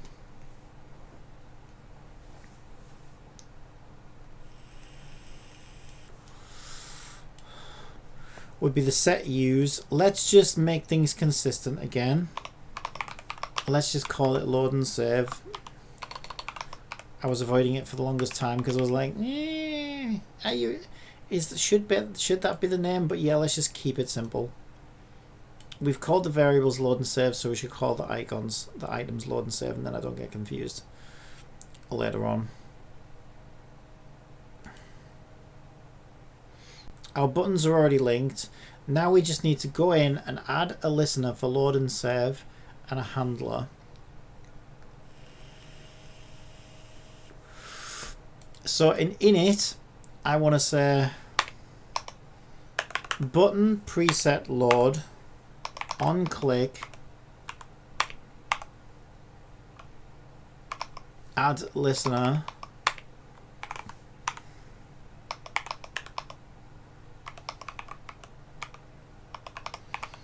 on click load, and because it's one function that opens a menu, we don't need to know which button clicked it, right? There's one load and there's one save button, so these are pretty straightforward. So we don't need lambda expressions. We can just do a straightforward load and a straightforward save. On click save, and now we just need to flesh those out.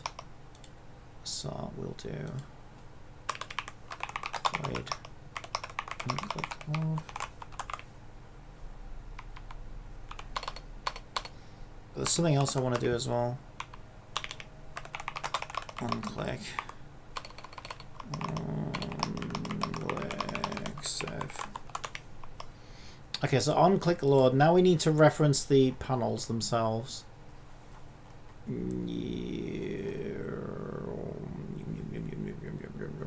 Maybe we don't call them like methods. Yeah, we don't call them like methods when we add them as listeners. Okay, so we need a reference to the load and save panels. So I'm just going to say public game object panel load above its button, and I'm going to do public game object panel save above its save button, and then we're going to link those in the inspector.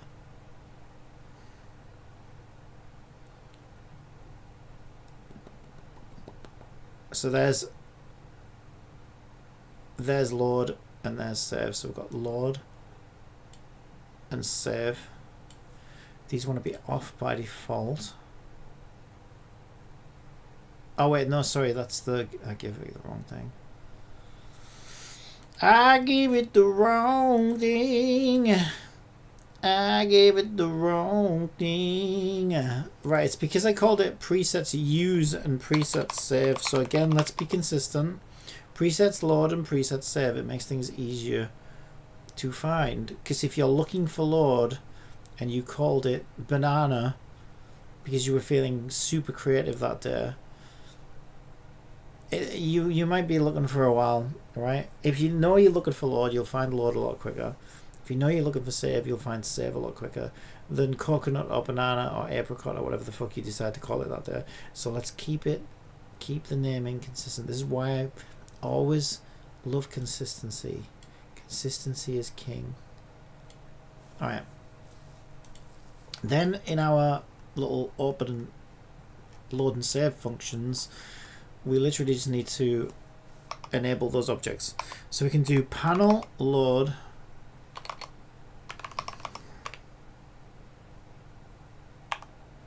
set active true.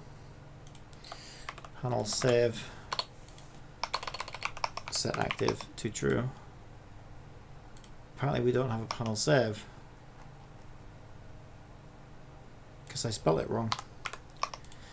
There we go.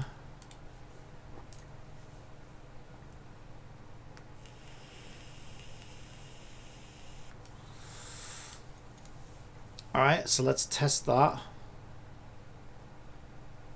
Give me one moment in time. One moment in time. Sorry, I was possessed with the ghost of Whitney Houston, even though she's not dead. I don't know, her spirit entered me temporarily. Sorry about that. Okay, so we've got load and save. Now we might want to put some extra logic in here, because if you think about it, load is fine, right? We could have, it doesn't matter whether we have characters selected here or not, we should still be able to load a preset. So this should now open load, and we're looking fine.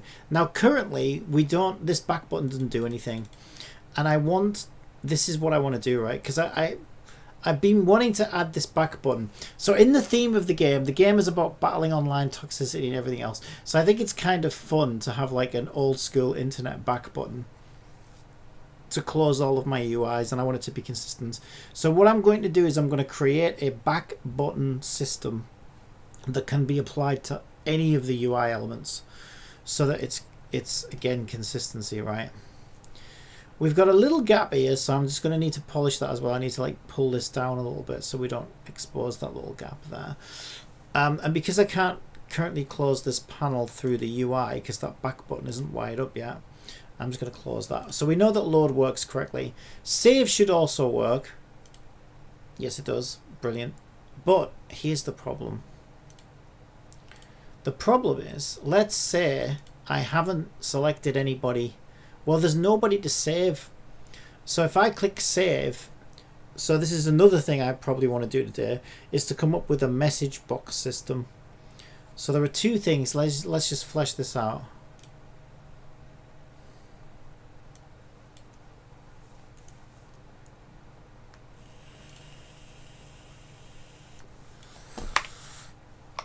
So we want a back button system which closes currently, let's say attached, which closes attached UI panel,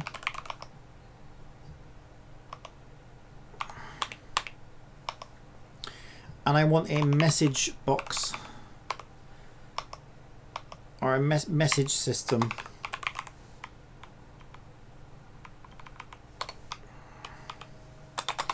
which displays messages to the player.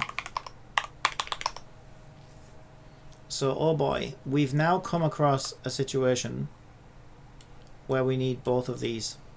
We don't have them. Canthia, tell me how I order... Wait, what? Tell me how I order... That text is so small. 4 nylon belts. What? I assume they were all 36 to 40. Then I found out this morning 132 to 36. I was making a ticket in chat and she wants a screenshot $9 item. Did you mean to post that to me? I will make another ticket when I get home from work with a picture. Okay, good luck with your belt. I say what you should do is you should show up with that belt and whip them with it. Be like,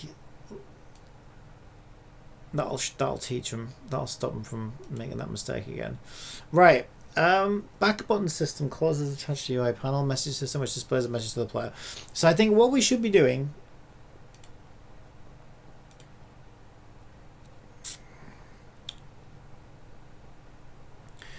What we should be doing is in this scenario, when we try to save a preset, we should display a message to the player that says, no party selected, you know, please, cannot save current party or something like that. or I don't know, there's a few ways we can word it, but it wants to say something along the lines of incomplete party, cannot save, you know, please assign a party before saving a preset or something like that.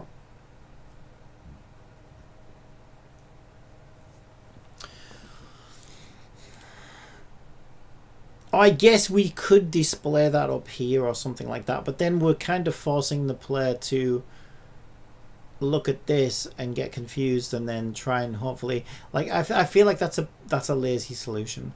I think the cleaner solution is to have like a message box system that because we're probably going to need it in future areas as well, right? There's going to be plenty of situations where we need to deliver a message to the player very quickly and very efficiently, and we don't want to have to jump through 7,000 hoops to do it. So I think a message box system makes sense.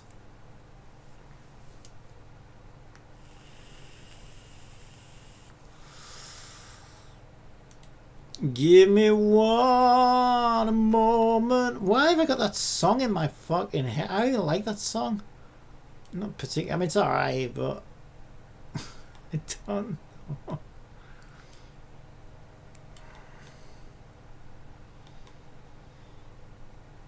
If we put the Y's at 350, that should fix that little gap at the bottom. You can make words flash a partial color, pastel color.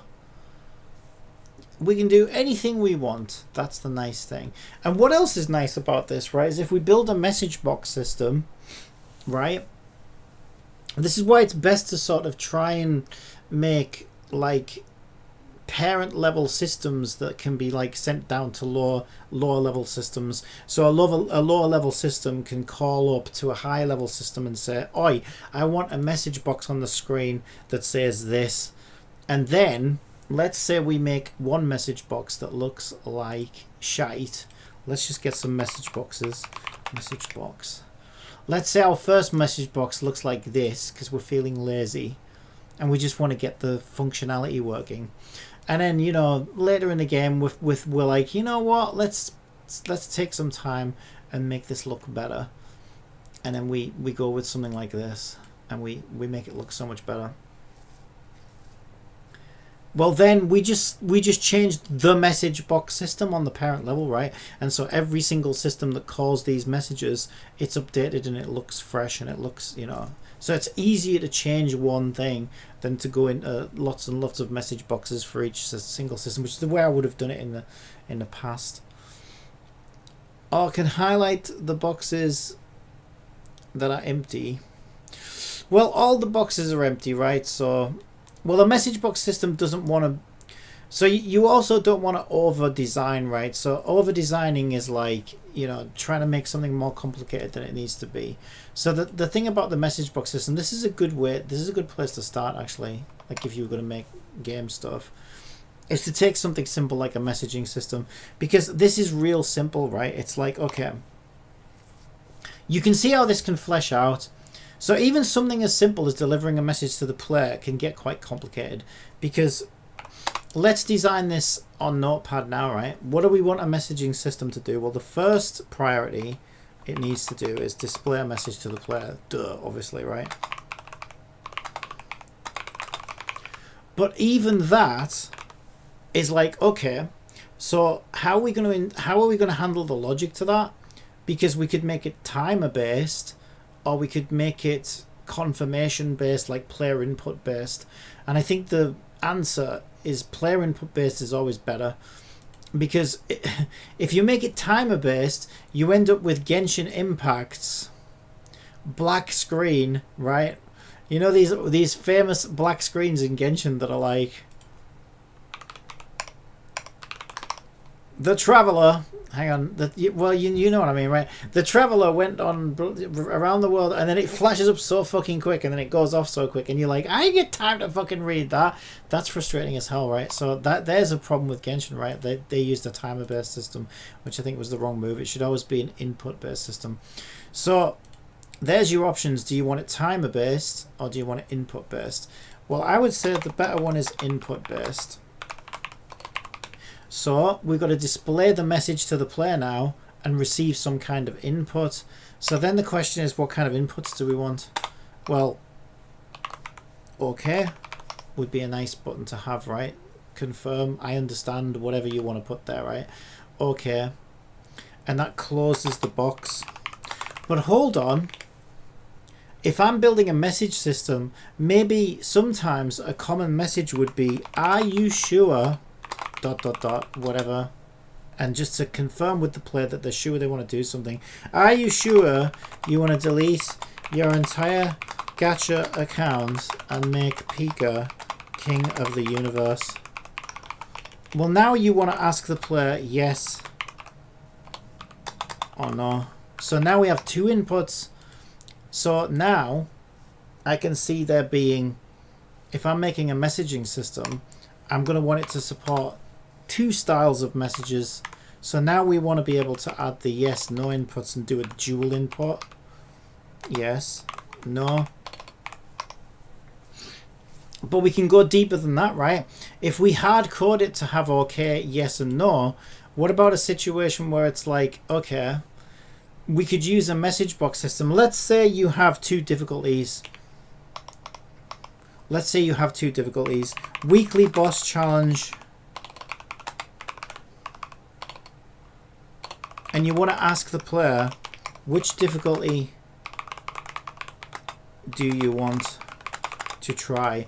Now you'd probably set this up in a separate panel and whatever, but you might just want to quickly ask, you know what I mean? You might just want a solution where you can quickly ask, okay player, which difficulty do you want to try? Do you want to try normal or do you want to try nightmare? Well, now we can't just ask yes or no. I guess we could ask, do you want to do nightmare mode, yes or no, I guess. But now it's like, okay, so maybe we should allow for two inputs and we should allow custom inputs so we can send normal and nightmare as the two inputs and then read that response back. You see how we can like flesh it out? We can flesh it out. We can go deeper and deeper and deeper because the more you sort of like, you know, box it in, the less control you have, the more consistency you have, but sometimes you need a little bit more control. So I think the answer for ours is, for now, we'll work on these two. And yeah, I'll probably want to add a yes and no later to it or whatever. All right, so let's go with it.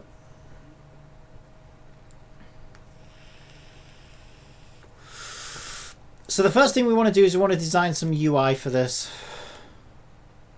How big do we want it? So imagine this is our screen. Let's take our shape maker and let's give it a bigger radius of like 13. All right, so if this is my message box, I think I want it, my screen, I think I want a message box somewhere like that. And even this is like it's like something to consider, right? Because if you made if you want to be like, I want the smallest message box because I like everything really compact and small. How big's your message? How big is your biggest message you're going to send to this message box? Because the smaller you make it, the more concise your message needs to be. And maybe that's not enough words. Like Twitter, maybe it's not enough words. Maybe you need a twit longer. Maybe you need a message box longer, right? We don't want to make a message box longer. We've got enough to do. All right, so I think that's probably going to be fine. So the first thing I'm going to do, I'm going to delete the background. I'm going to crop this and let's make it look pretty. So I think blue sounds good. For some reason in my head, the whole time I've been thinking about this message box in my head, I've been thinking it's going to be blue. I don't know why. It's just how I feel. So I'm going to start by making it blue, and we'll see what we get. So we could go for a gradient.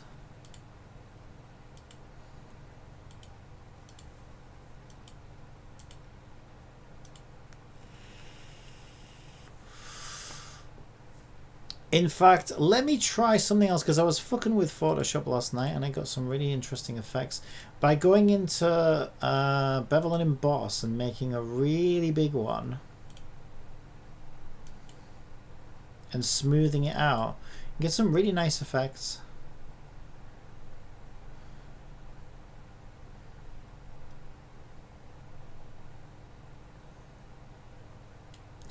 Yeah, that's kind of interesting.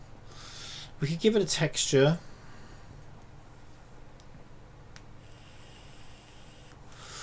Now, we made that pattern before, didn't we, I think? Take a look at that pattern, see if we still have it.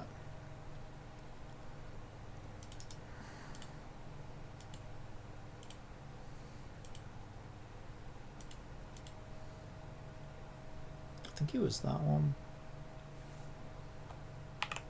But the first thing we need to do is restrict it to the size of the thing. We don't want these corners included. Okay, little tip if you're ever working in Photoshop is, I regret this now, sometimes if you crop it too soon, you actually hinder yourself a little bit. You Hindu yourself. I'm now a Hindu. Because now I can select the canvas around the outside by just one click, and I can invert that selection and then go to this layer, and now I can put that in exactly that shape of the box. Whereas when it was too tight, I didn't have enough pixels around the edge to get to it. So like sometimes cropping is the last thing you want to do until, you know, make sure you've done everything else you need to do first. So now I can add this kind of texture. I guess we want to make it blue though, right? Blue texture. I saw you standing alone. So if we take the blue out, is that putting it in? Never understand how these fucking colour things work. Yeah, I thought that would make it yellow because we're taking the blue out. How do I put the blue in?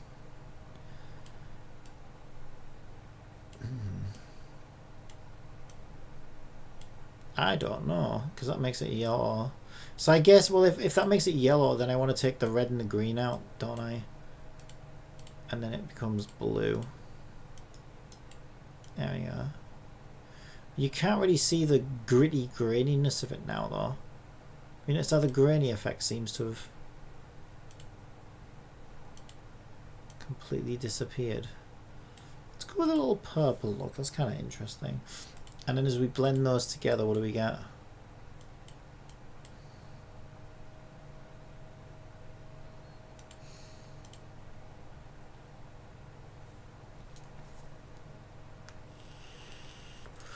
I think that looks nice. Okay. And then, of course, who's going to be our message delivery girl? There can only be one message delivery girl, right?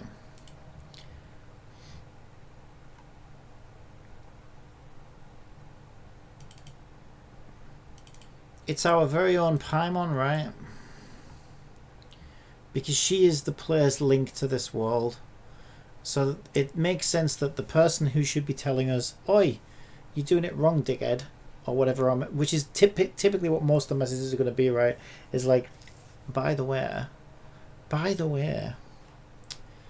just need to let you know this, right? Well, the voice that should be telling us this, if I can find it, where the fuck did I put her?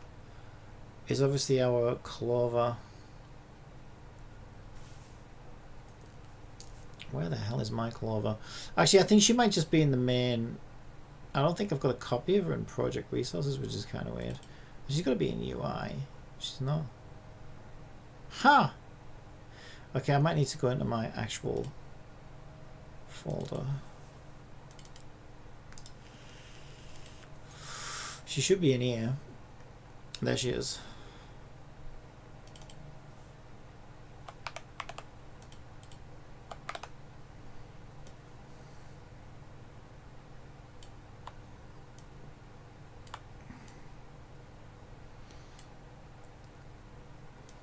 But I think what would be nice as well, I think we don't need her entire body.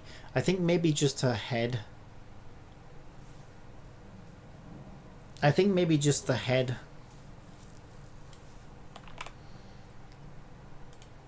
You can leave your head on. I won't remove your head. Alright, let's do that then. Let's just get the head. Let's get ahead in life. Haha! Let's get a head start on this. Okay, I'm gonna stop. I'm gonna stop. Seriously.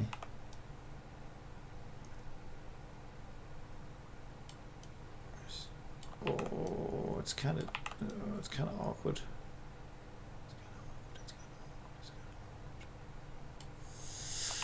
I hate the way. Okay, we need to be patient. Patience, young Skywalker. Patience.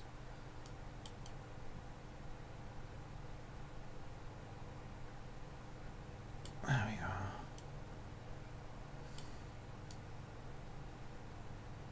I'm just going to thicken that line again, so we lose some of that line. Let's put some of it back. I wish I could draw. Fucking hell. Oh my god, I can't draw for shit. Yeah.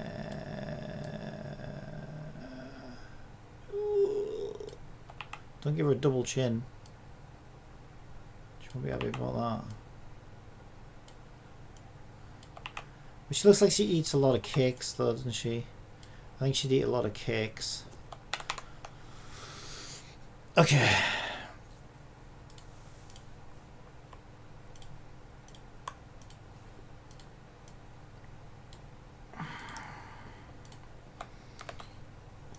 Okay, now we've just got the head.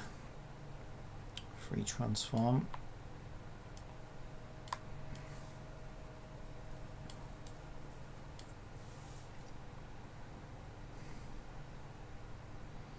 I'm not sure where it should be. Again, we want to leave enough real estate for the message to be delivered. In fact, we could even, that could be cute actually. We could even have her ears poking over the top of the message board. I quite like that actually. So let me give myself a bit more room to do that then. Now that that's the way we're going. That's the way to do it. So I'm going to push the box down. And then that gives her a little bit of room to poke. Her ears to poke over the top. And the hair could come out a bit. And then we'll do a drop shadow on that. So she looks like she's popping out of the...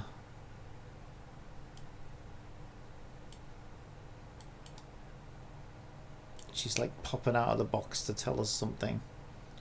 I think that's cool.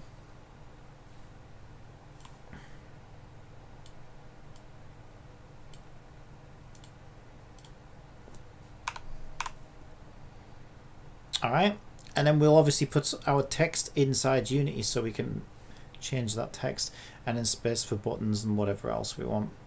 So I think that's good. If we want to do anything else visual, we'd need to do it at this stage. But I think that's fine. It's just a message box at the end of the day. It still looks pretty good.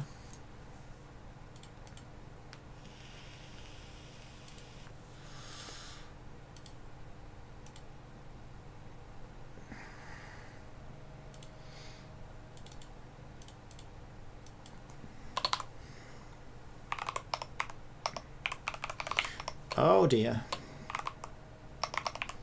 So I'm just going to call it image message. Alright, so let's go into our core systems. Well, this needs to be on the canvas as a canvas system so we can give it UI.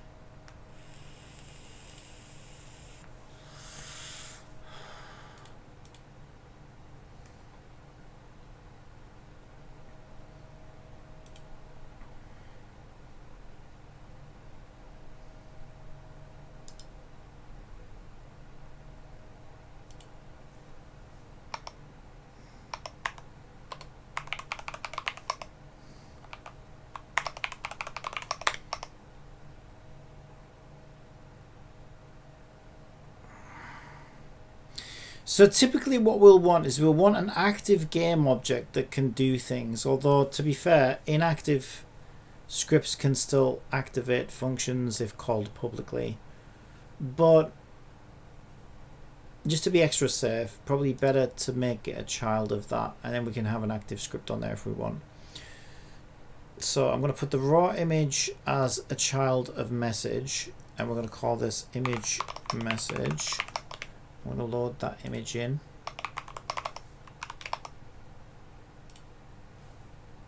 For some reason Unity wants to stretch the shit out of it.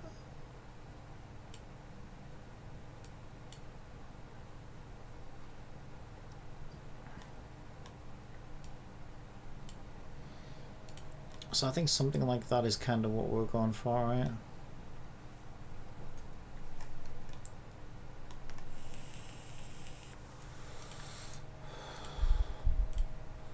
Just gonna make sure that's non 1024 clamp. There we go. And we want to add some text to it.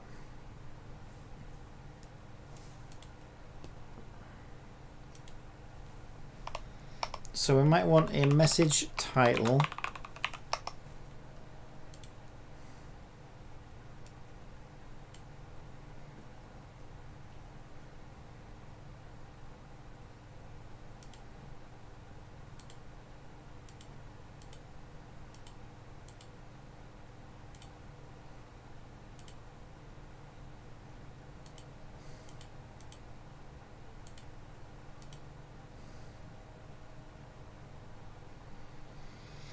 I think the Random Wednesday one looks quite good.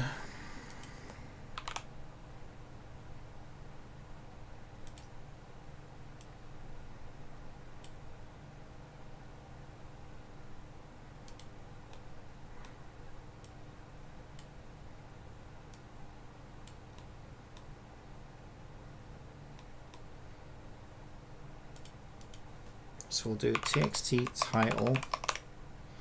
Then we need a txt message.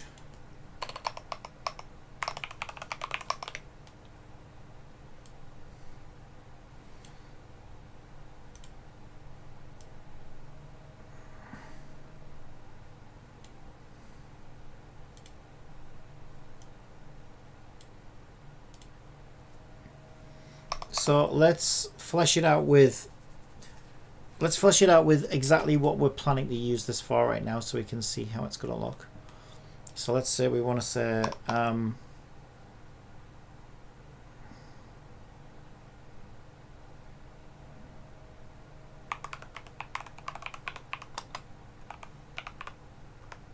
incomplete party.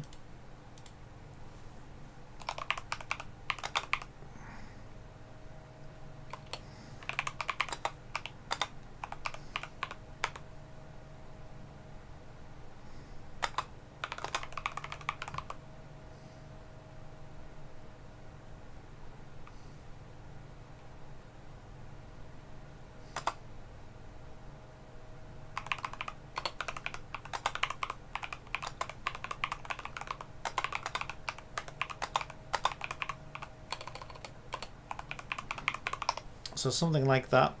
Please create a party by clicking members before attempting to save a preset.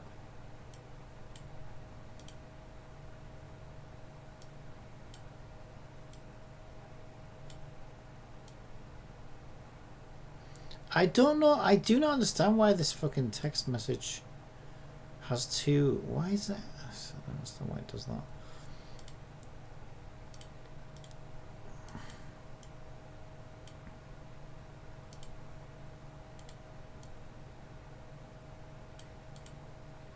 And try different colors until we're happy. Green looks quite good.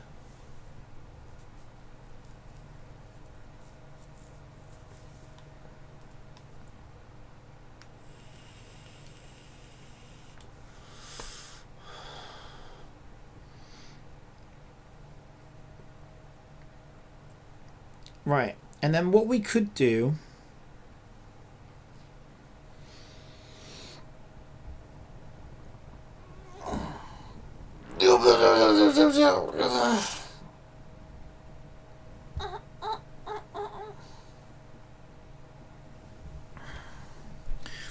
in order to future-proof this, I'm going to create a buttons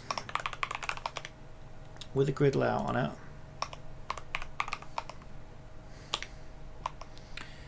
I'm just going to do...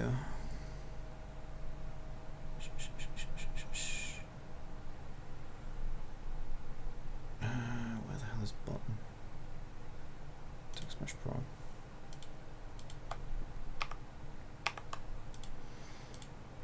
Fixed row count of 1. And then what we can do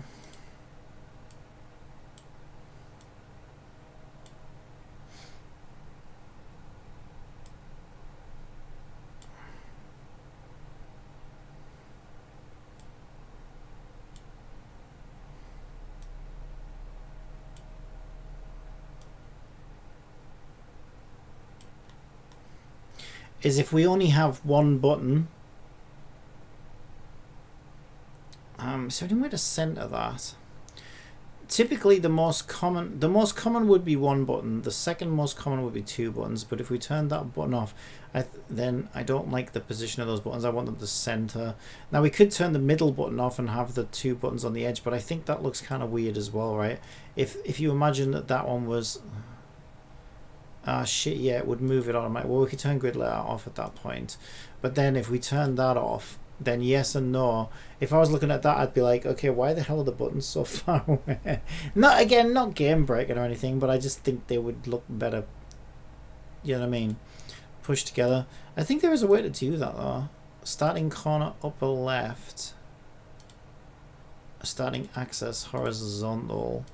Child alignment upper center. Okay, I think this is how we do it. So when we center, if we turn off the middle button, there we go, that's what I wanted. So now if we have 2 buttons, we have yes and no. If we have 3 buttons, they're like that. And if we have 1 button, it's like that. I think that's perfect. And then what we can do is we can call a message through the messaging system and say, okay, I want button 1 to say this, button 2 to say this, button 3 to say this, and let me know if the player clicks any of those buttons, and we can do the code handling for it. So that is pretty cool. I'm just going to make these buttons look a little bit better though. They look like shit right now. And we could have custom colors for each button by putting it in the message box system.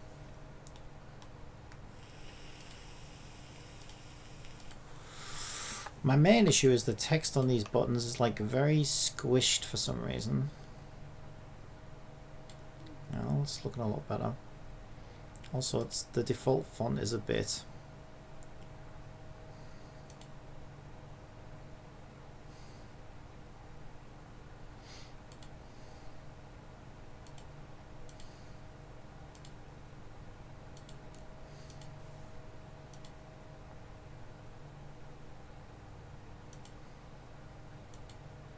I think I quite like lat or regular for the button text. Yeah, that's quite good. Okay. So what might be the longest text we would expect in one of these buttons? It's normally just going to be yes, no, continue, agree. You know what I mean? You're going to be keeping it quite concise. The longest button I could imagine would be something like I understand. Yeah, just to say it fits in. I don't like I understand. I think it's kind of patronizing, so I would just say agree. But I just wanted to see if it would fit and what it looks like. Yeah, I don't like it when games say I understand or something like that, right? It seems patronizing. I would just say agree or something like that. But each to their own, right? Alright, so I'm quite happy with that. So my default buttons I would expect them to be is if I'm using the middle button, I would expect it to say OK. If I'm using the left button, I would expect that to be a yes. And if I'm using the right button, I would expect that to be a no. So the most common use cases for a message box like this, I would expect to be using yes, no, and OK. And if we want it to be an OK, we just turn those ones off, and that one stays centered. And if we want it to be a yes, no, we just turn that one off, and then they move into the middle. Looking good. I'm not sure about the colour of the buttons though. Well, again, I'll probably do... Well, let's just make a default button that looks a little bit more interesting than... The pink's actually not too bad.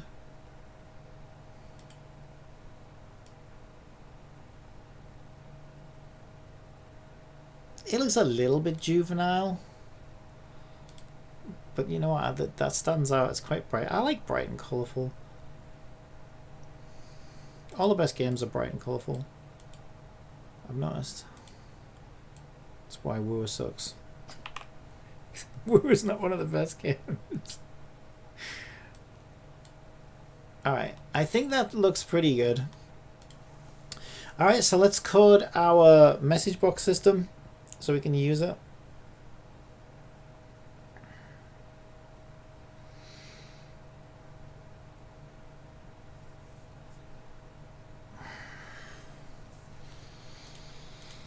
So let's name these variables something that makes sense.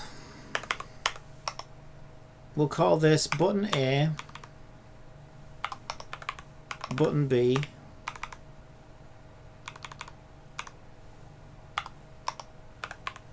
button C.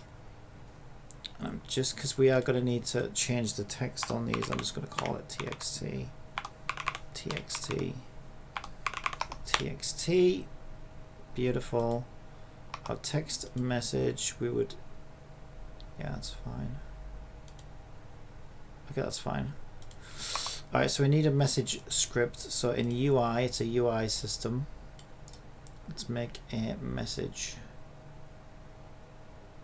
box script or something.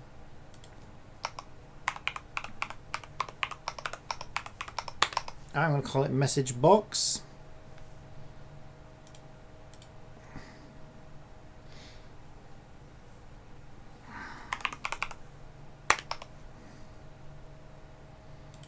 First thing we need to do is link its elements.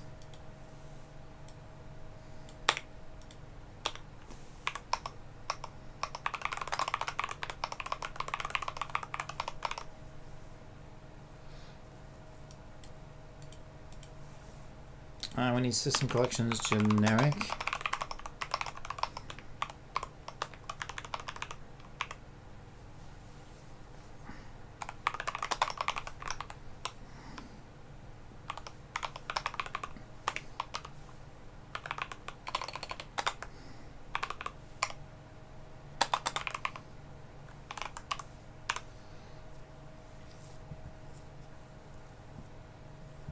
And I'm actually going to get GPT to see if it can help us do a few things. Like let's make this as functional as it can be, because I do want this to be like, maybe it would be better to make this like a singleton or something.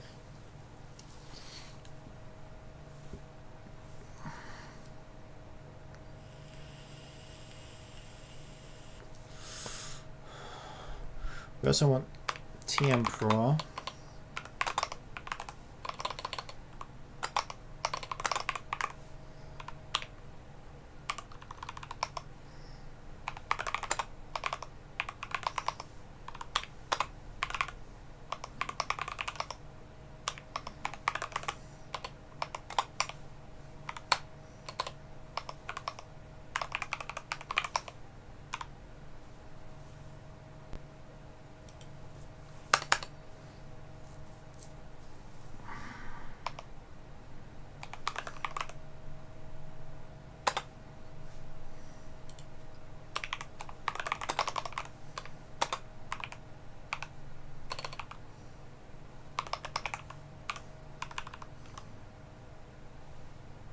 So we're going to do a public function.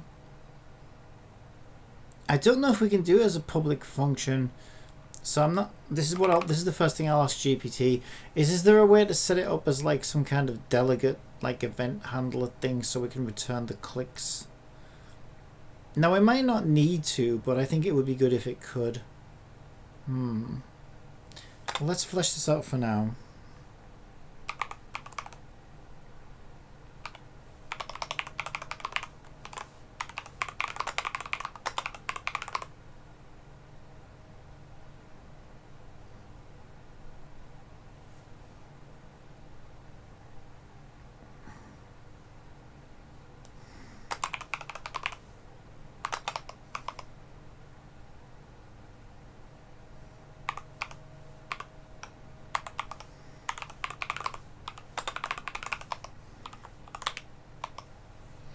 Okay, so if we take a title, a message, and a list of strings for the button names.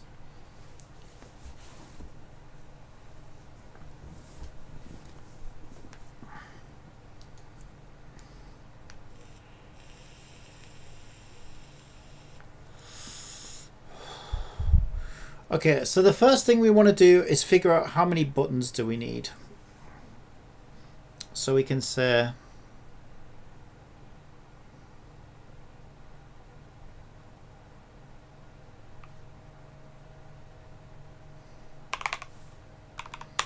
for each button, get button in buttons, get button, game object, set active to false.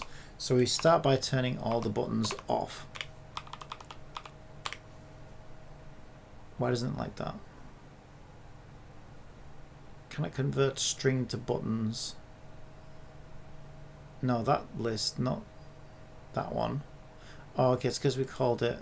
Okay, we'll call it button names.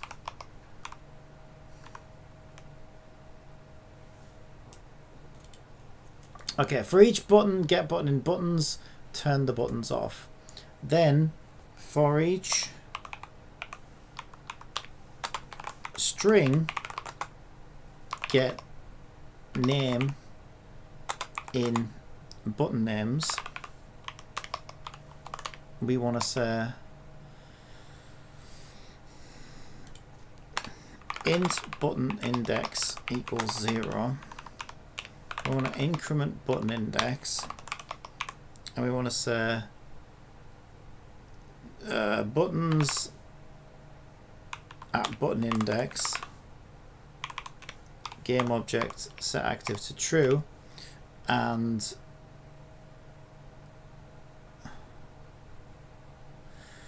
buttons at button index transform find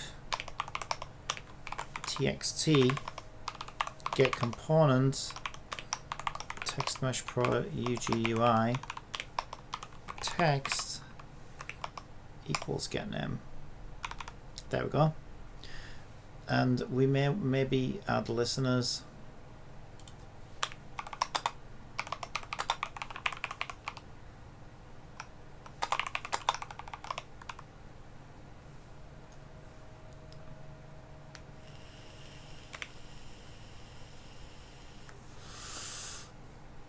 And then we want to say txt title dot text equals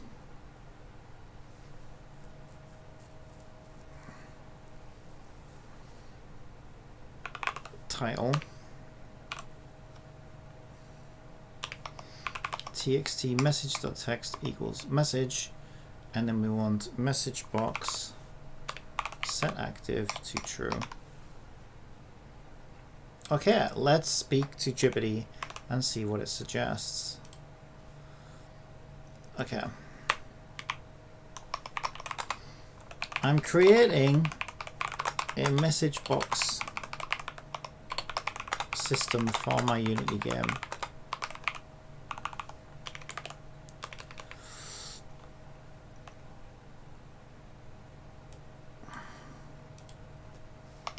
I need a way to handle the following. Message box closes on button click.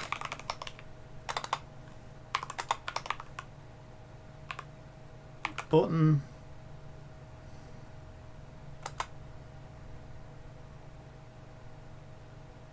index returned to sender on button click.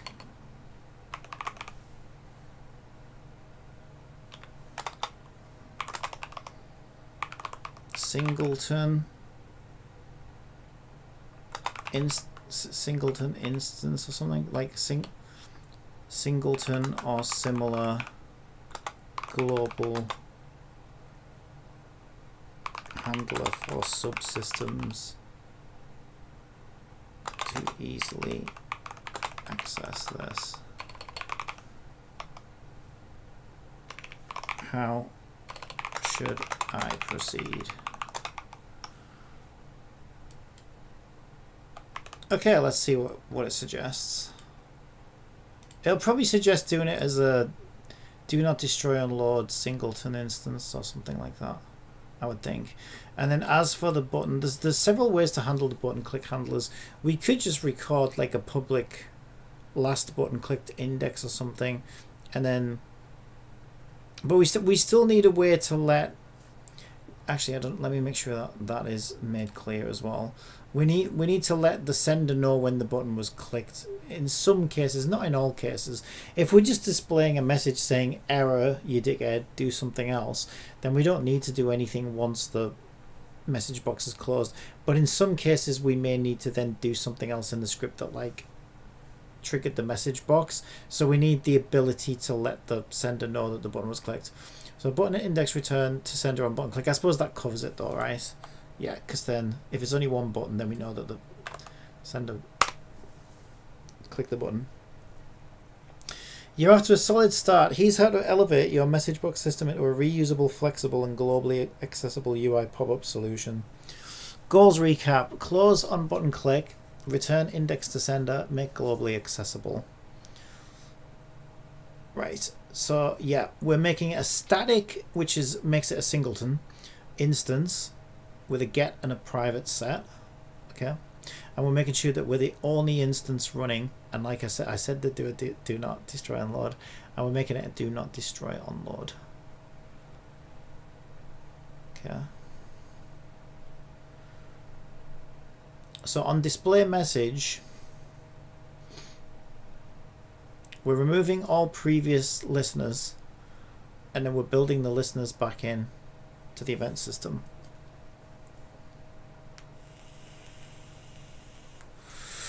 Okay, and we're using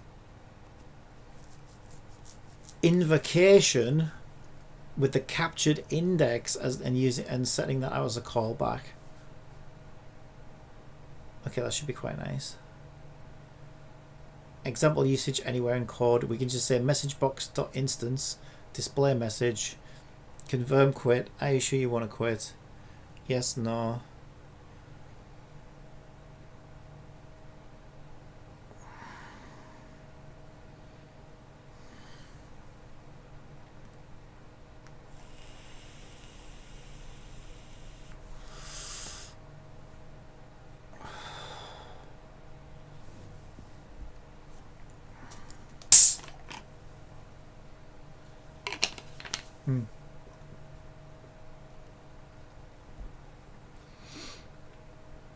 The weird thing is though,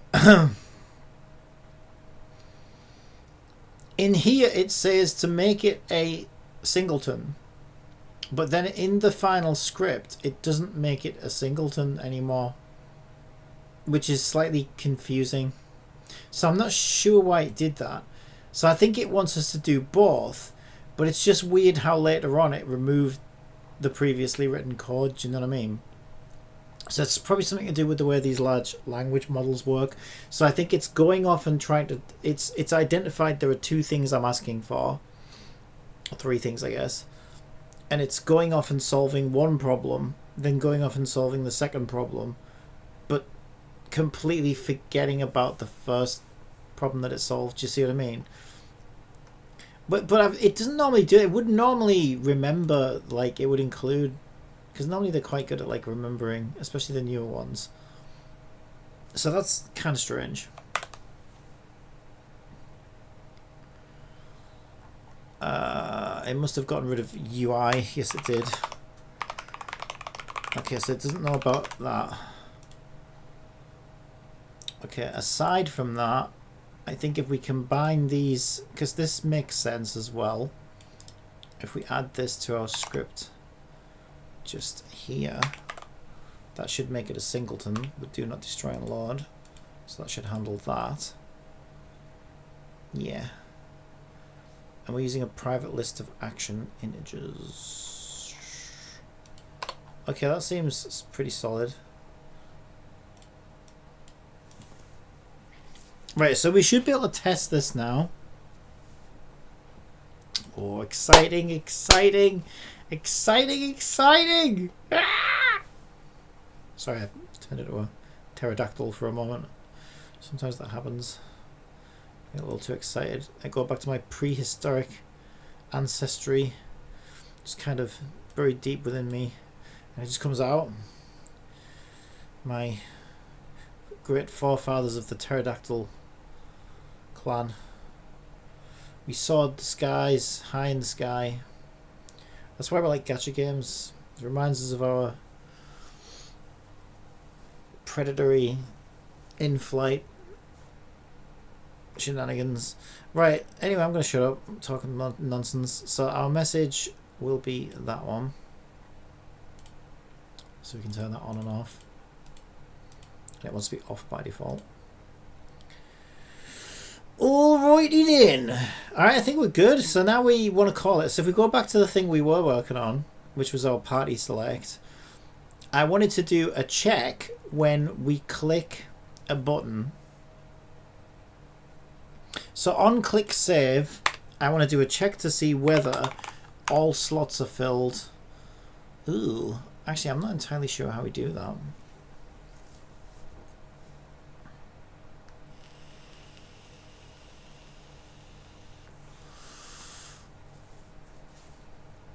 Well, I do know how we do it, but there doesn't seem to be a quick way of doing it.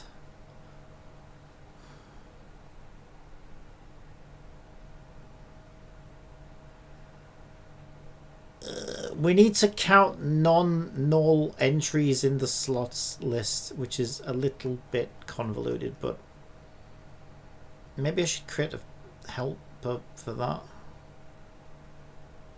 Should I create a helper for that? I think I should create a helper for that. Okay, so what the hell am I talking about? So the way this works is we assign p-girls, which are player girls. In other words, they're player data versions of the characters, which means we're storing all the stuff that isn't part of game data, such as like character level and affection level and all the things the player changes on a character that doesn't come out the box goes into p-girls. And we're storing those p-girls in the slots for the party managers so that we can pull those p-girls into battles and whatever we want to do, right? But because we are using references like that, the list will always be the same size because they'll either be null or they'll be not null. So what essentially that means is we can't, normally we would do like a list count or whatever to find out how many of something a player has, but because of the way I've set this up, we can't do that here. We have to check the values for null or not null. So a helper is basically a function that helps us complete tasks moving forward, right? So since I'm going to want an easy way to figure out how many slots have been filled, we can write a helper function to do that. So what we can do is we can make it an integer function, which will say get slots used. Let's do filled. Get slots filled. Get slots filled. Let's think what I want to call this. We're trying to, the function, which it's good to name it the thing that it does. What does it do? It's going to return to us how many slots have been assigned by the player at any given moment.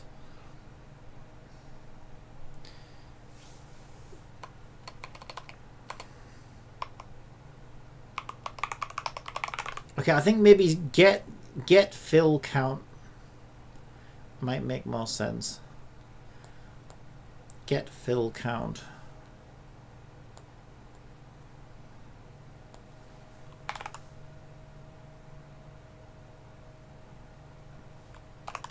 Yeah, I think that'll be fine.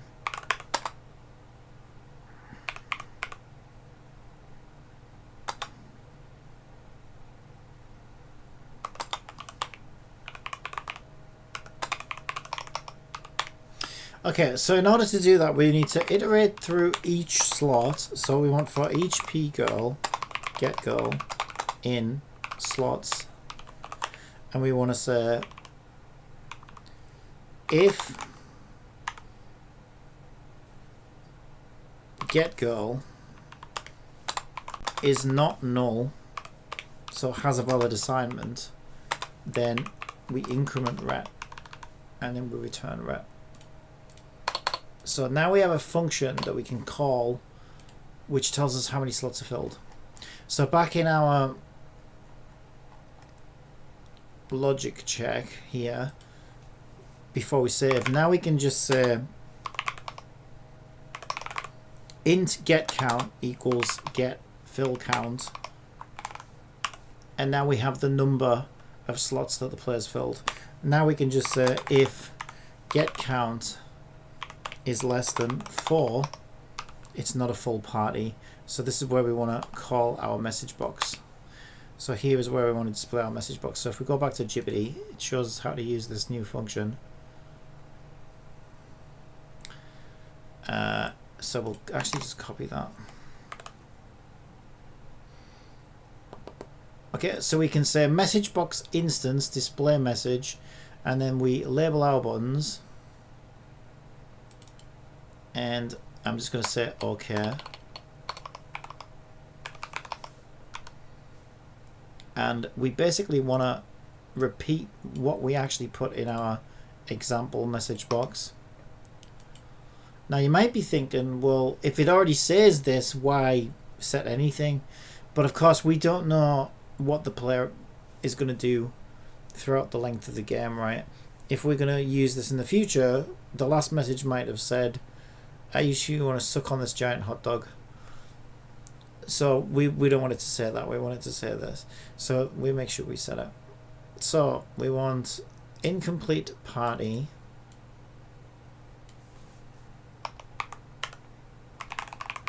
as the title.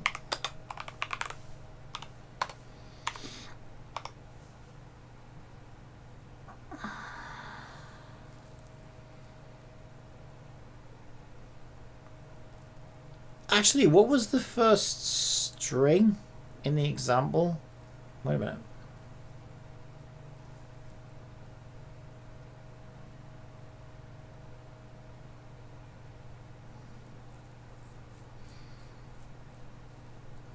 Ah, so the first one, the first message is the title, the second is the second, and then these are the buttons. Yeah, I thought it was like constructing the buttons as one string, string builder. I thought that was a bit weird. So this is where we put our OK for our button, and then that is where we put incomplete party there. I built the fucking thing and I'm getting confused. Right, and then here, please, well, with the help of Gipity a little bit.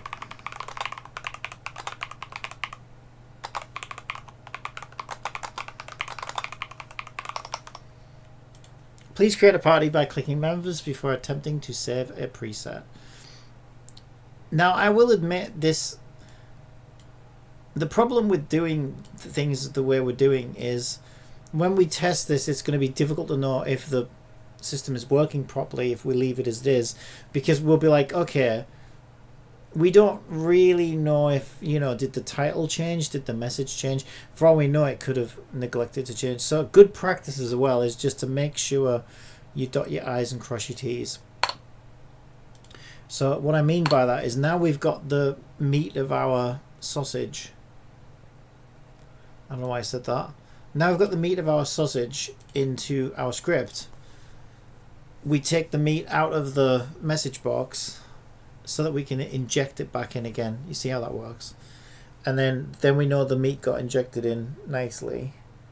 Otherwise, we might think, well, that could just be scabby old meat that was, you know, left in the example message box. How do we know it's fresh meat? Well, this way we know it's fresh meat. So, okay, so int index, if index was an application quick cancelled. Okay, so this is cool. So as we, oh wow, that's really cool actually. So we can write the code as we as we construct our message box, we can actually write our logic for what happens when the button is clicked. Now,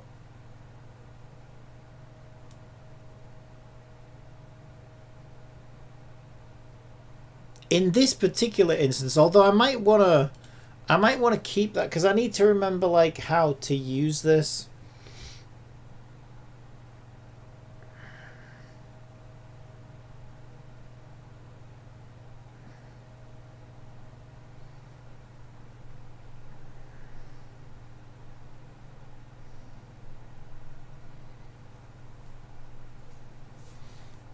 It should be fine because I can see the if statement there. So, like, I'd be tempted if I was going to make this as like clean as I can right now. I would actually take all of this out because I don't need it in this instance because I don't actually need to do anything once the player clicks the button. But in the future, I probably will want to do something when the player clicks the button. And the problem is I'm going to look back at this code to remember how do I, you know, call my message box.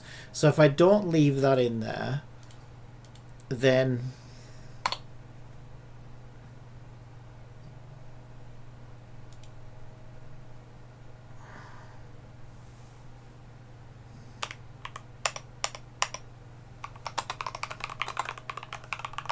I'm just going to put handle buttons as a comment in there. Yeah, that way, like, when I come back to this code and I'm using this as a template to bring my message box up in the future, I can see how I handle the button event logic. But that's quite cool. But we can test that as well.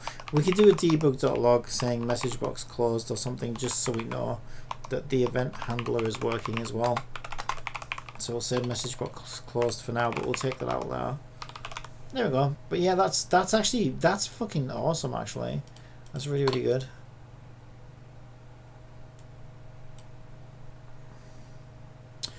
All right, and we didn't even need to, because it's a singleton now, we didn't even need to reference our message box. All right, let's test it.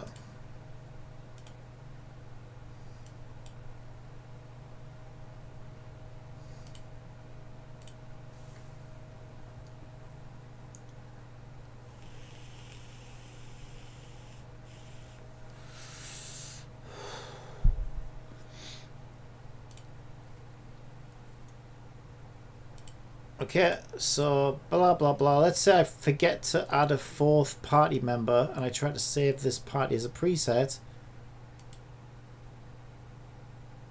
Okay, we shouldn't have showed the panel though, but the message box is working great. Incomplete party. Please create a party by clicking members before attempting to save a preset.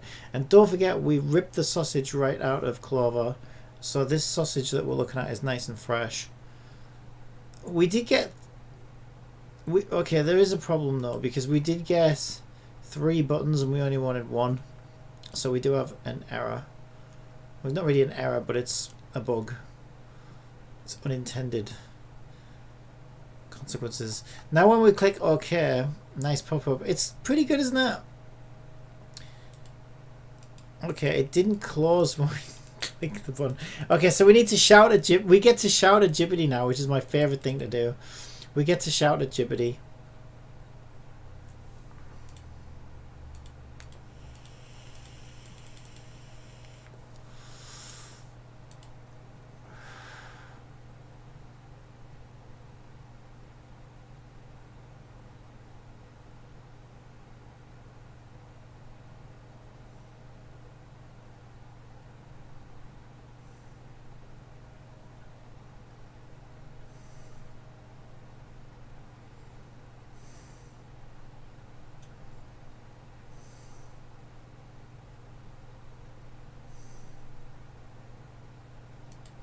I guess that should be an else. So that should fix the bug of the panel opening. Let me just test that real quick.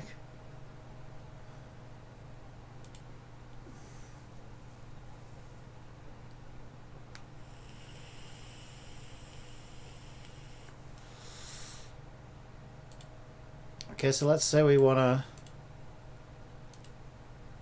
we forget to pick a fourth party member. We try to save our preset. Boop, there we go. We didn't get the panel this time, but we still have a bug in that. Also, I think I want some hover effects on these buttons. Yeah, I think I want some hover effects on these buttons. Well, they kind of do have. I think, yeah, they do. If you look closely, we can change that in the inspector. They do have a very subtle hover effect, but it's not vivid enough. Yeah, and none of our buttons do anything. The message box doesn't close. Okay, so we get to shout at Jibbity now.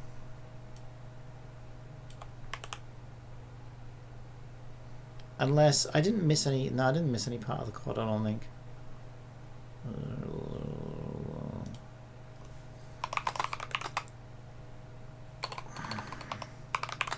I have a bug. Okay, I have two bugs. One, I got 3 buttons. I got all 3 buttons when I only asked for 1. 2, nothing happens when I click the button. Even the message box stays open.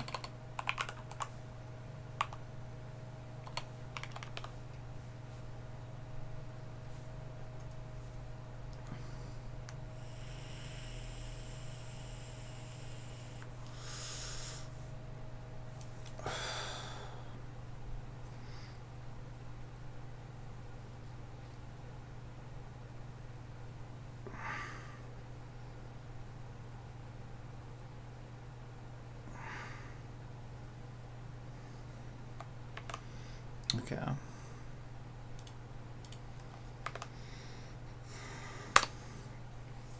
Thanks for the extra context. Based on your description, here's what's going wrong and how to fix it. Bug 1, all 3 buttons appear when I only asked for 1.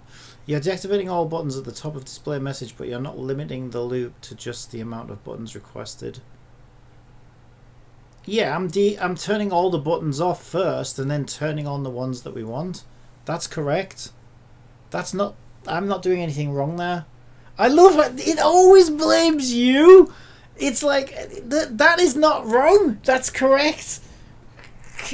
So the problem, I love this. The problem isn't your code, GPT. It's the way I, like, you gaslighting, lying piece of shit.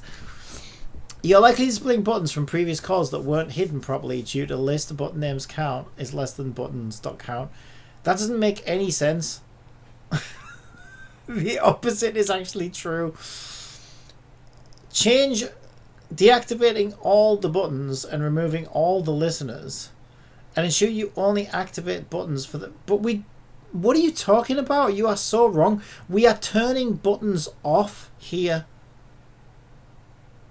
not turning them on. So what it's basically saying is, oh, because you're turning all the buttons off at the start, you must be turning on too many buttons. But we're turning them all off. How can that result in anything being turned on? That makes no sense. That is insane. That is one of the most insane GPT responses I've ever seen. Let's go through. So what should happen as we display the message, which we know this is happening, right? For each button, get button in buttons, we're deactivating all of the buttons and we're removing all of the listeners.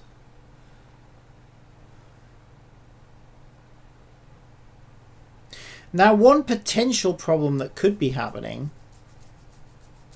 although it's not causing this code to stop executing, for one thing. First of all, there's no message in the console, but I'm just thinking out loud. But I do see a potential problem with removing all listeners if this is the first time we instantiate the message box, because that assumes we're making an assumption that listeners are left over from the previous display. But what about the first time we display it? There are no previous listeners, so that could cause issues, but I don't think it is. And the reason why is because this happens, so this code continues to execute nevertheless. and we don't see any messages in the console, any like null references or issues in the console. So I don't think that's causing problems. For int I equals 0 to I less than buttons dot count, and I is less than buttons dot count, or button names dot count and buttons dot count. Right, we increment I. Captured index is I. Button is assigned from buttons at index. Button game object set active to true. Button transform find text get component text mesh text. Button names I. Even this is being applied. Oh, actually, we don't know if that's being applied because I think that button said okay anyway. Let's find out if that's being applied. I'm going to change the message box middle button to poop because I'm 3 years old. I'm also just going to make this, you know, the hover color.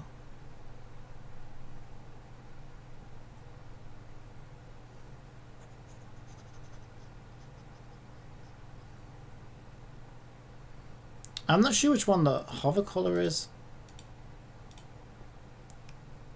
It might be that one.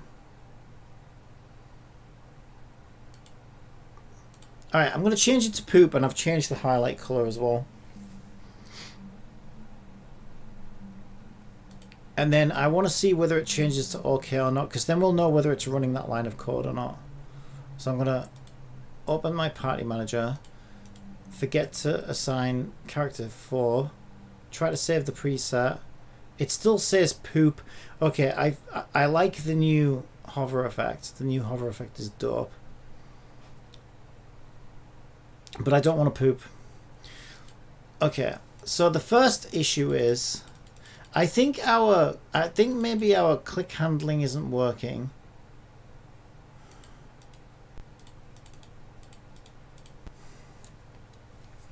What the fuck is going wrong?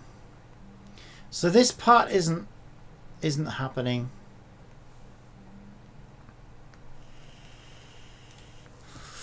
Okay.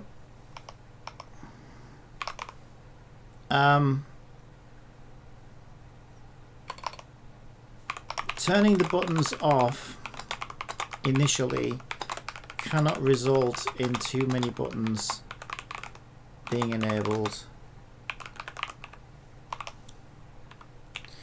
I can confirm that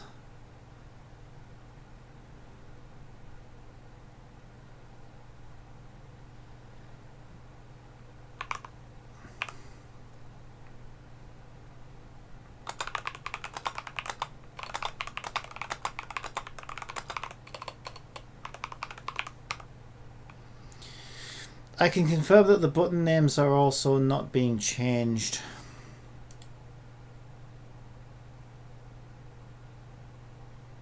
Yeah, we got no null references or anything like that.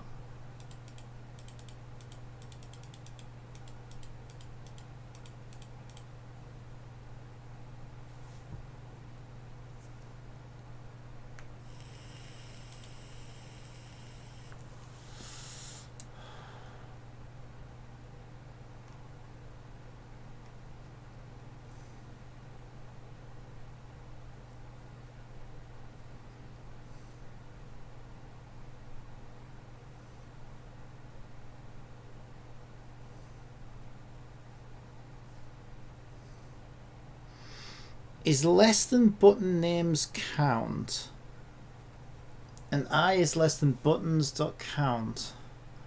I plus plus. Well, this is the other weird thing, right? This would suggest. Oh wait, did I? Oh, you know what I might have forgotten to do. This might be my fault, but not in the way that Jibbity thought it was. You know what? Maybe I forgot to do. Maybe I forgot to link the buttons.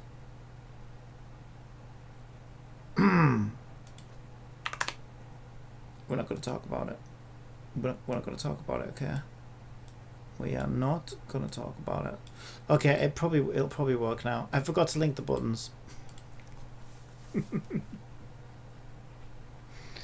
But still, to be fair, like Jibbity's explanation for what was going wrong was actually insane. That was actually insane.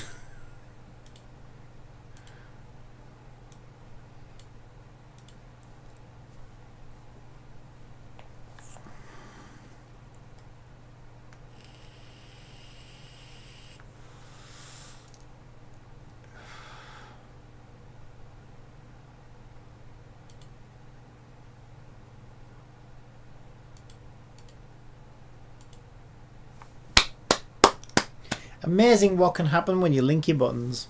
So what did we learn? That I'm a fucking idiot. And we got our message box closed callback.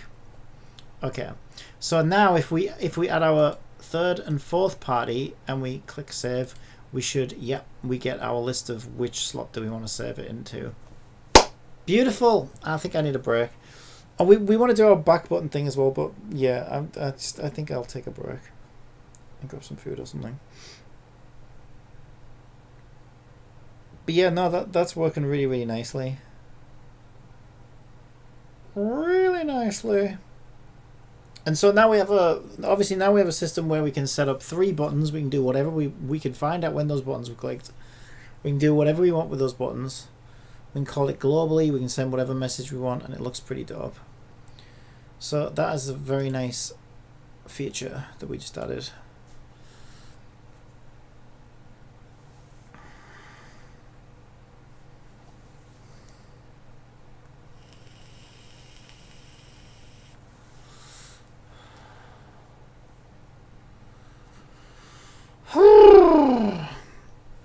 Alright, I'm going to leave it there for now.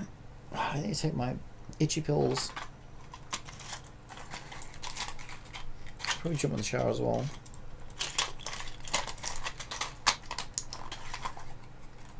But yeah, we're getting there.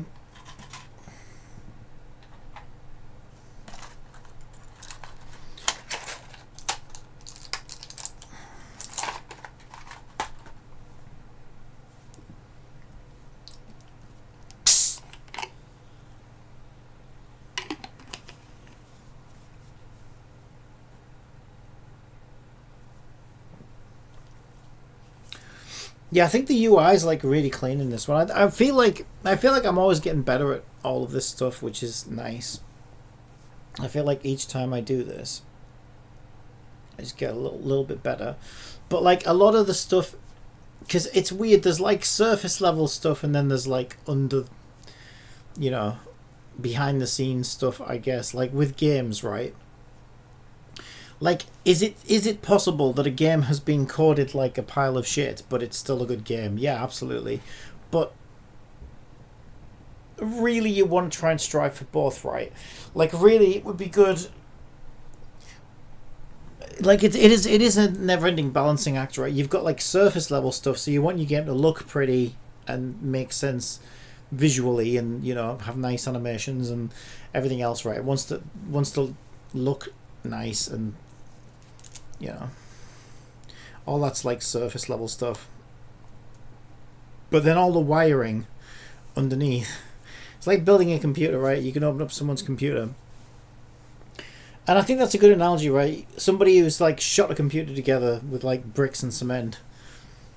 Yeah, the computer could still run fine, technically, but eventually, like, you're probably gonna have, you know, you're more likely to have issues underneath the surface, and once you start needing to change things as well, it gets so much harder. And so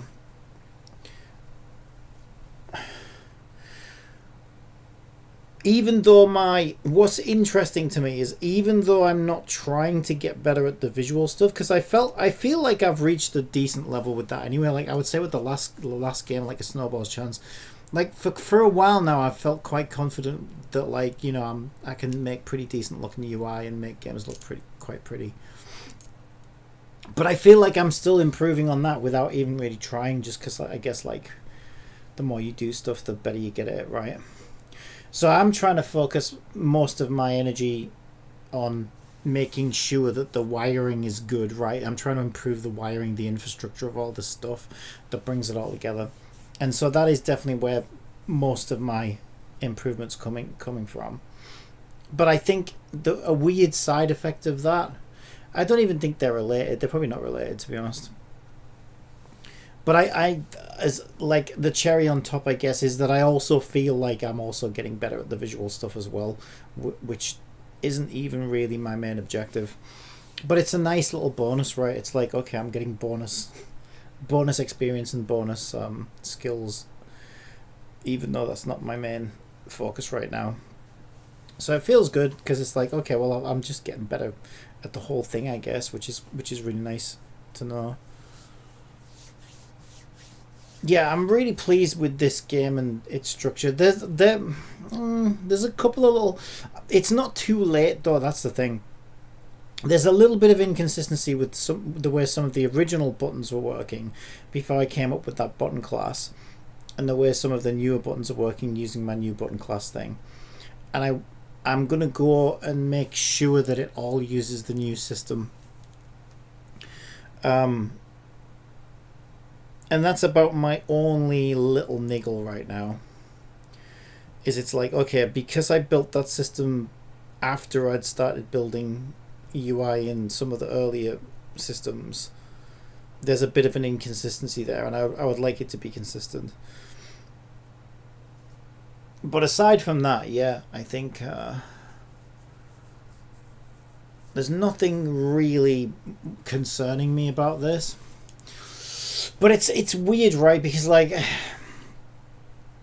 tried to do this with a Snowball's Chance, but I've learned a lot since then. And also, like, sometimes you can build a system and you just can't see into the future. Like, it's hard to see where things are going to go wrong. So where I went wrong with the Snowball's Chance, I think, is I decided to try something new and exciting, and it kind of it felt like a really like 5-head move at the time, where I was like, okay, I'll just make my objective system like activate game objects, and then I can put scripts on those game objects. But then I quickly started to realize, oh shit,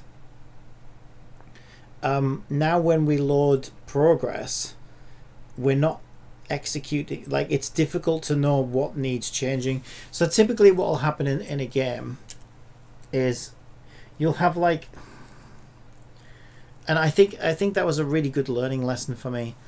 So typically a game is obviously like it's obviously a bunch of variables and things, isn't it? But especially like a linear game like a Snowball's Chance, you will have like a bunch of objectives, and as you're going through these objectives, you have obviously all your game objects. Let's say these are characters, and then you have like buildings and gameplay modes. Let's put those as triangles, and all these other things, right? And then as you're going through objectives, sometimes you might like move this over here, and then for this one you might move this one over here, and then for this one you might make that green or something. Let me try and make it green. So you're always like, you're going through a bunch of steps and then making changes to things. So the issue with the Snowball's Chance is that because I was activating game objects, so these are the game objects, let's say, and then these had scripts that were doing things, I was putting logic on the scripts because it seemed like a 5-head move at the time. I was putting logic on the scripts here, let's say for this game object, that was affecting other game objects because it seemed like a 5-head move. So let's say this character needed to interact with this one. This script might make changes to this. So the problem came in when I loaded player progression, right? So let's say we load player progression from this point. Well, then suddenly the game's in its original state, so all of the logic that ran over here outside of the main gameplay loop wasn't being applied. So it's like, okay, well, at this point in the game, he's supposed to be green, you know, and he got moved over here and he got moved over there, but they're still in their original places because this code didn't get a chance to run. And that caused me no end of problems. Oh my god, the amount of problems that caused me was insane. And I came up with like about 3 patch solutions to try and like force all of these codes to run and stuff like that. And in hindsight, I super regretted setting it up that way. But I was so deep into it, it was kind of hard to like unwire it at that point. So this time I've thought much harder about what the problems were with this and why it was like that.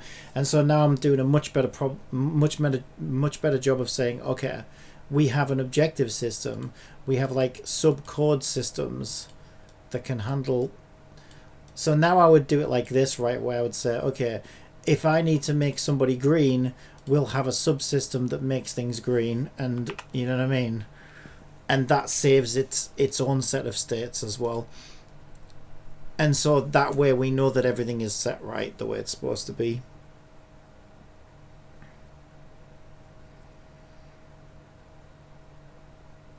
So yeah, that was definitely a learning experience for me. But again, we're not at that stage yet with this game. So like, I haven't actually started my battle simulator yet because I haven't quite finished my party system, but we're getting there. I haven't quite finished my party system and my weapon leveling system, and all these other systems kind of need to be finished before I can do the battle system, because the battle system is going to need all of that finished so that it can calculate all the stats that the battle needs to be using, right? So once I've started making lots of dungeons, and I'm hoping to do most of this procedurally, then I might find, oh shit, you know, maybe I shouldn't have set this up this way, because like I say, it's hard to see into the future. It's difficult to know what sort of problems I might run into. But yeah, you've got to try and be. You kind of got to try and be a bit of a fortune teller sometimes with this stuff, because if you're not thinking about what you may stumble into, that can be like really detrimental, depending on how much work you've done and what needs to be changed and what needs to be rewired and everything else. And it gets super difficult. Like this game has so many systems, it's fucking insane. And I thought, like, if I zoom out at the whole game, like at times I look at this game and I think, am I biting off more than I can chew? Can I handle all this? But I actually feel pretty comfortable and confident that it's going to be fine, because, and I think this is the trick, is like, if you build, it doesn't matter how many systems you are. Games are a lot of systems, right? There's so many systems in games. As long as you build those systems well and make them robust, and sort of make sure they're easily accessible and they can talk to other systems. You have like a good parent system. I've got really good parent systems now, right? I have my core system, but then I have like subsystems. So core then branches out into like game data and player data and like UI systems and like all these subsystems. And then those subsystems have subsystems as well. So we're at like 3 levels of subsystems. And because I've like really taken my time to make sure that the hierarchy is set up well, like, yeah, I kind of have a lot of systems here. I don't even know how many scripts we've got at this point. How many scripts do we have? I'm kind of curious.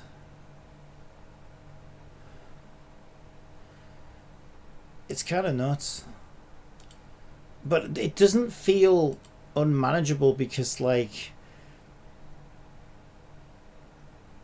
as long as you simplify it into, like, the things you need to know is like the methods, right? If you make good methods and helpers and stuff like that, then you just need to know the structure and the methods, and you don't really need to get bogged down in how each of those work. So what I've been typically doing with this game is, because this is why every now and again I'll be like, oh shit, how does this work again? I think the only way you can make a game like this is to sort of like go deep into one system at a time, and when you come out of it, you just forget about it. You just think, okay, I'm happy with that, it's good, and you only need like a tiny nugget of how it works. Like, you get it working. What's the best? I suppose it's like URLs. That's kind of how I'm treating this, right? So you know, like when you make a web, I don't know if you've ever made a website, but like, you can go deep into making web pages to make a website, and once you've finished a web page, the only thing you really need is to know where that web page sits, so you can then link that web page to the other web pages. This is kind of what this feels like, and this is kind of how I'm tackling this now. So it's like once a system's done, I make sure I know how to access that system and what functions that system offers. And then I can just forget about how it works as long as I've tested it and I make sure it works. I don't need to worry about how it works, because it's like, okay, I tested it, it works, great, move on to the next thing. And then I just need to remember, okay, I have a tool for this, I have a tool for that, and I have a system for this, and I have a system for that. And then those are the only tiny little nuggets you need to remember. Now and again, something might break, and you might have to go back into an old system and be like, oh, okay, why is this not working? But like, it's not too bad, actually. I never would have thought it would be manageable. But again, it's like, I don't know, practice, I guess. The more you do stuff, the better you gel with it. How many scripts do we have? Let's find out. This is going to blow my mind, probably. Yeah, I thought that's on. Yeah. I have 107 scripts right now in this game. And we're still not even close to being done. 107 scripts.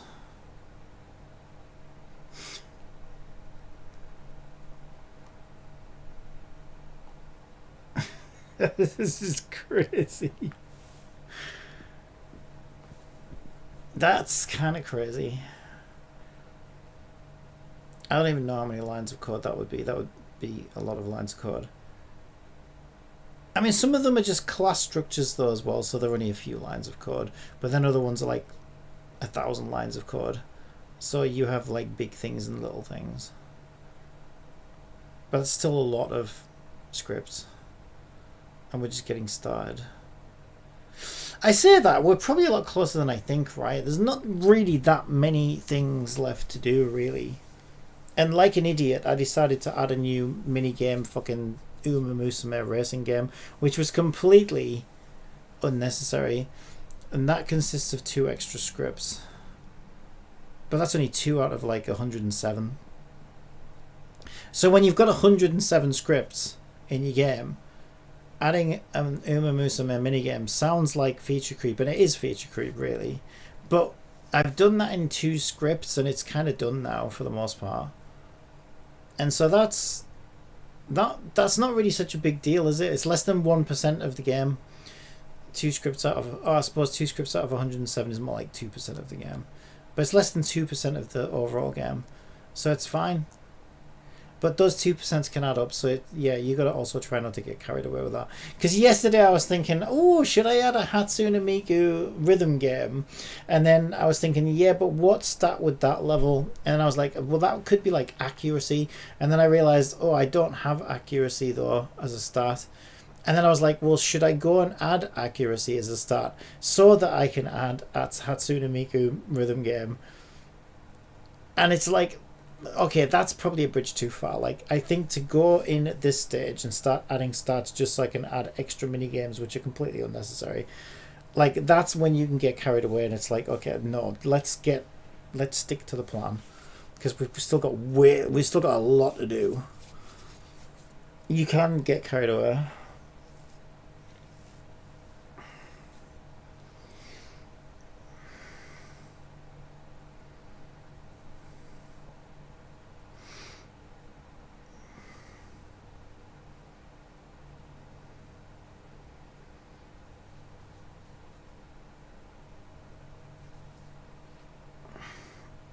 But yeah, we're doing good.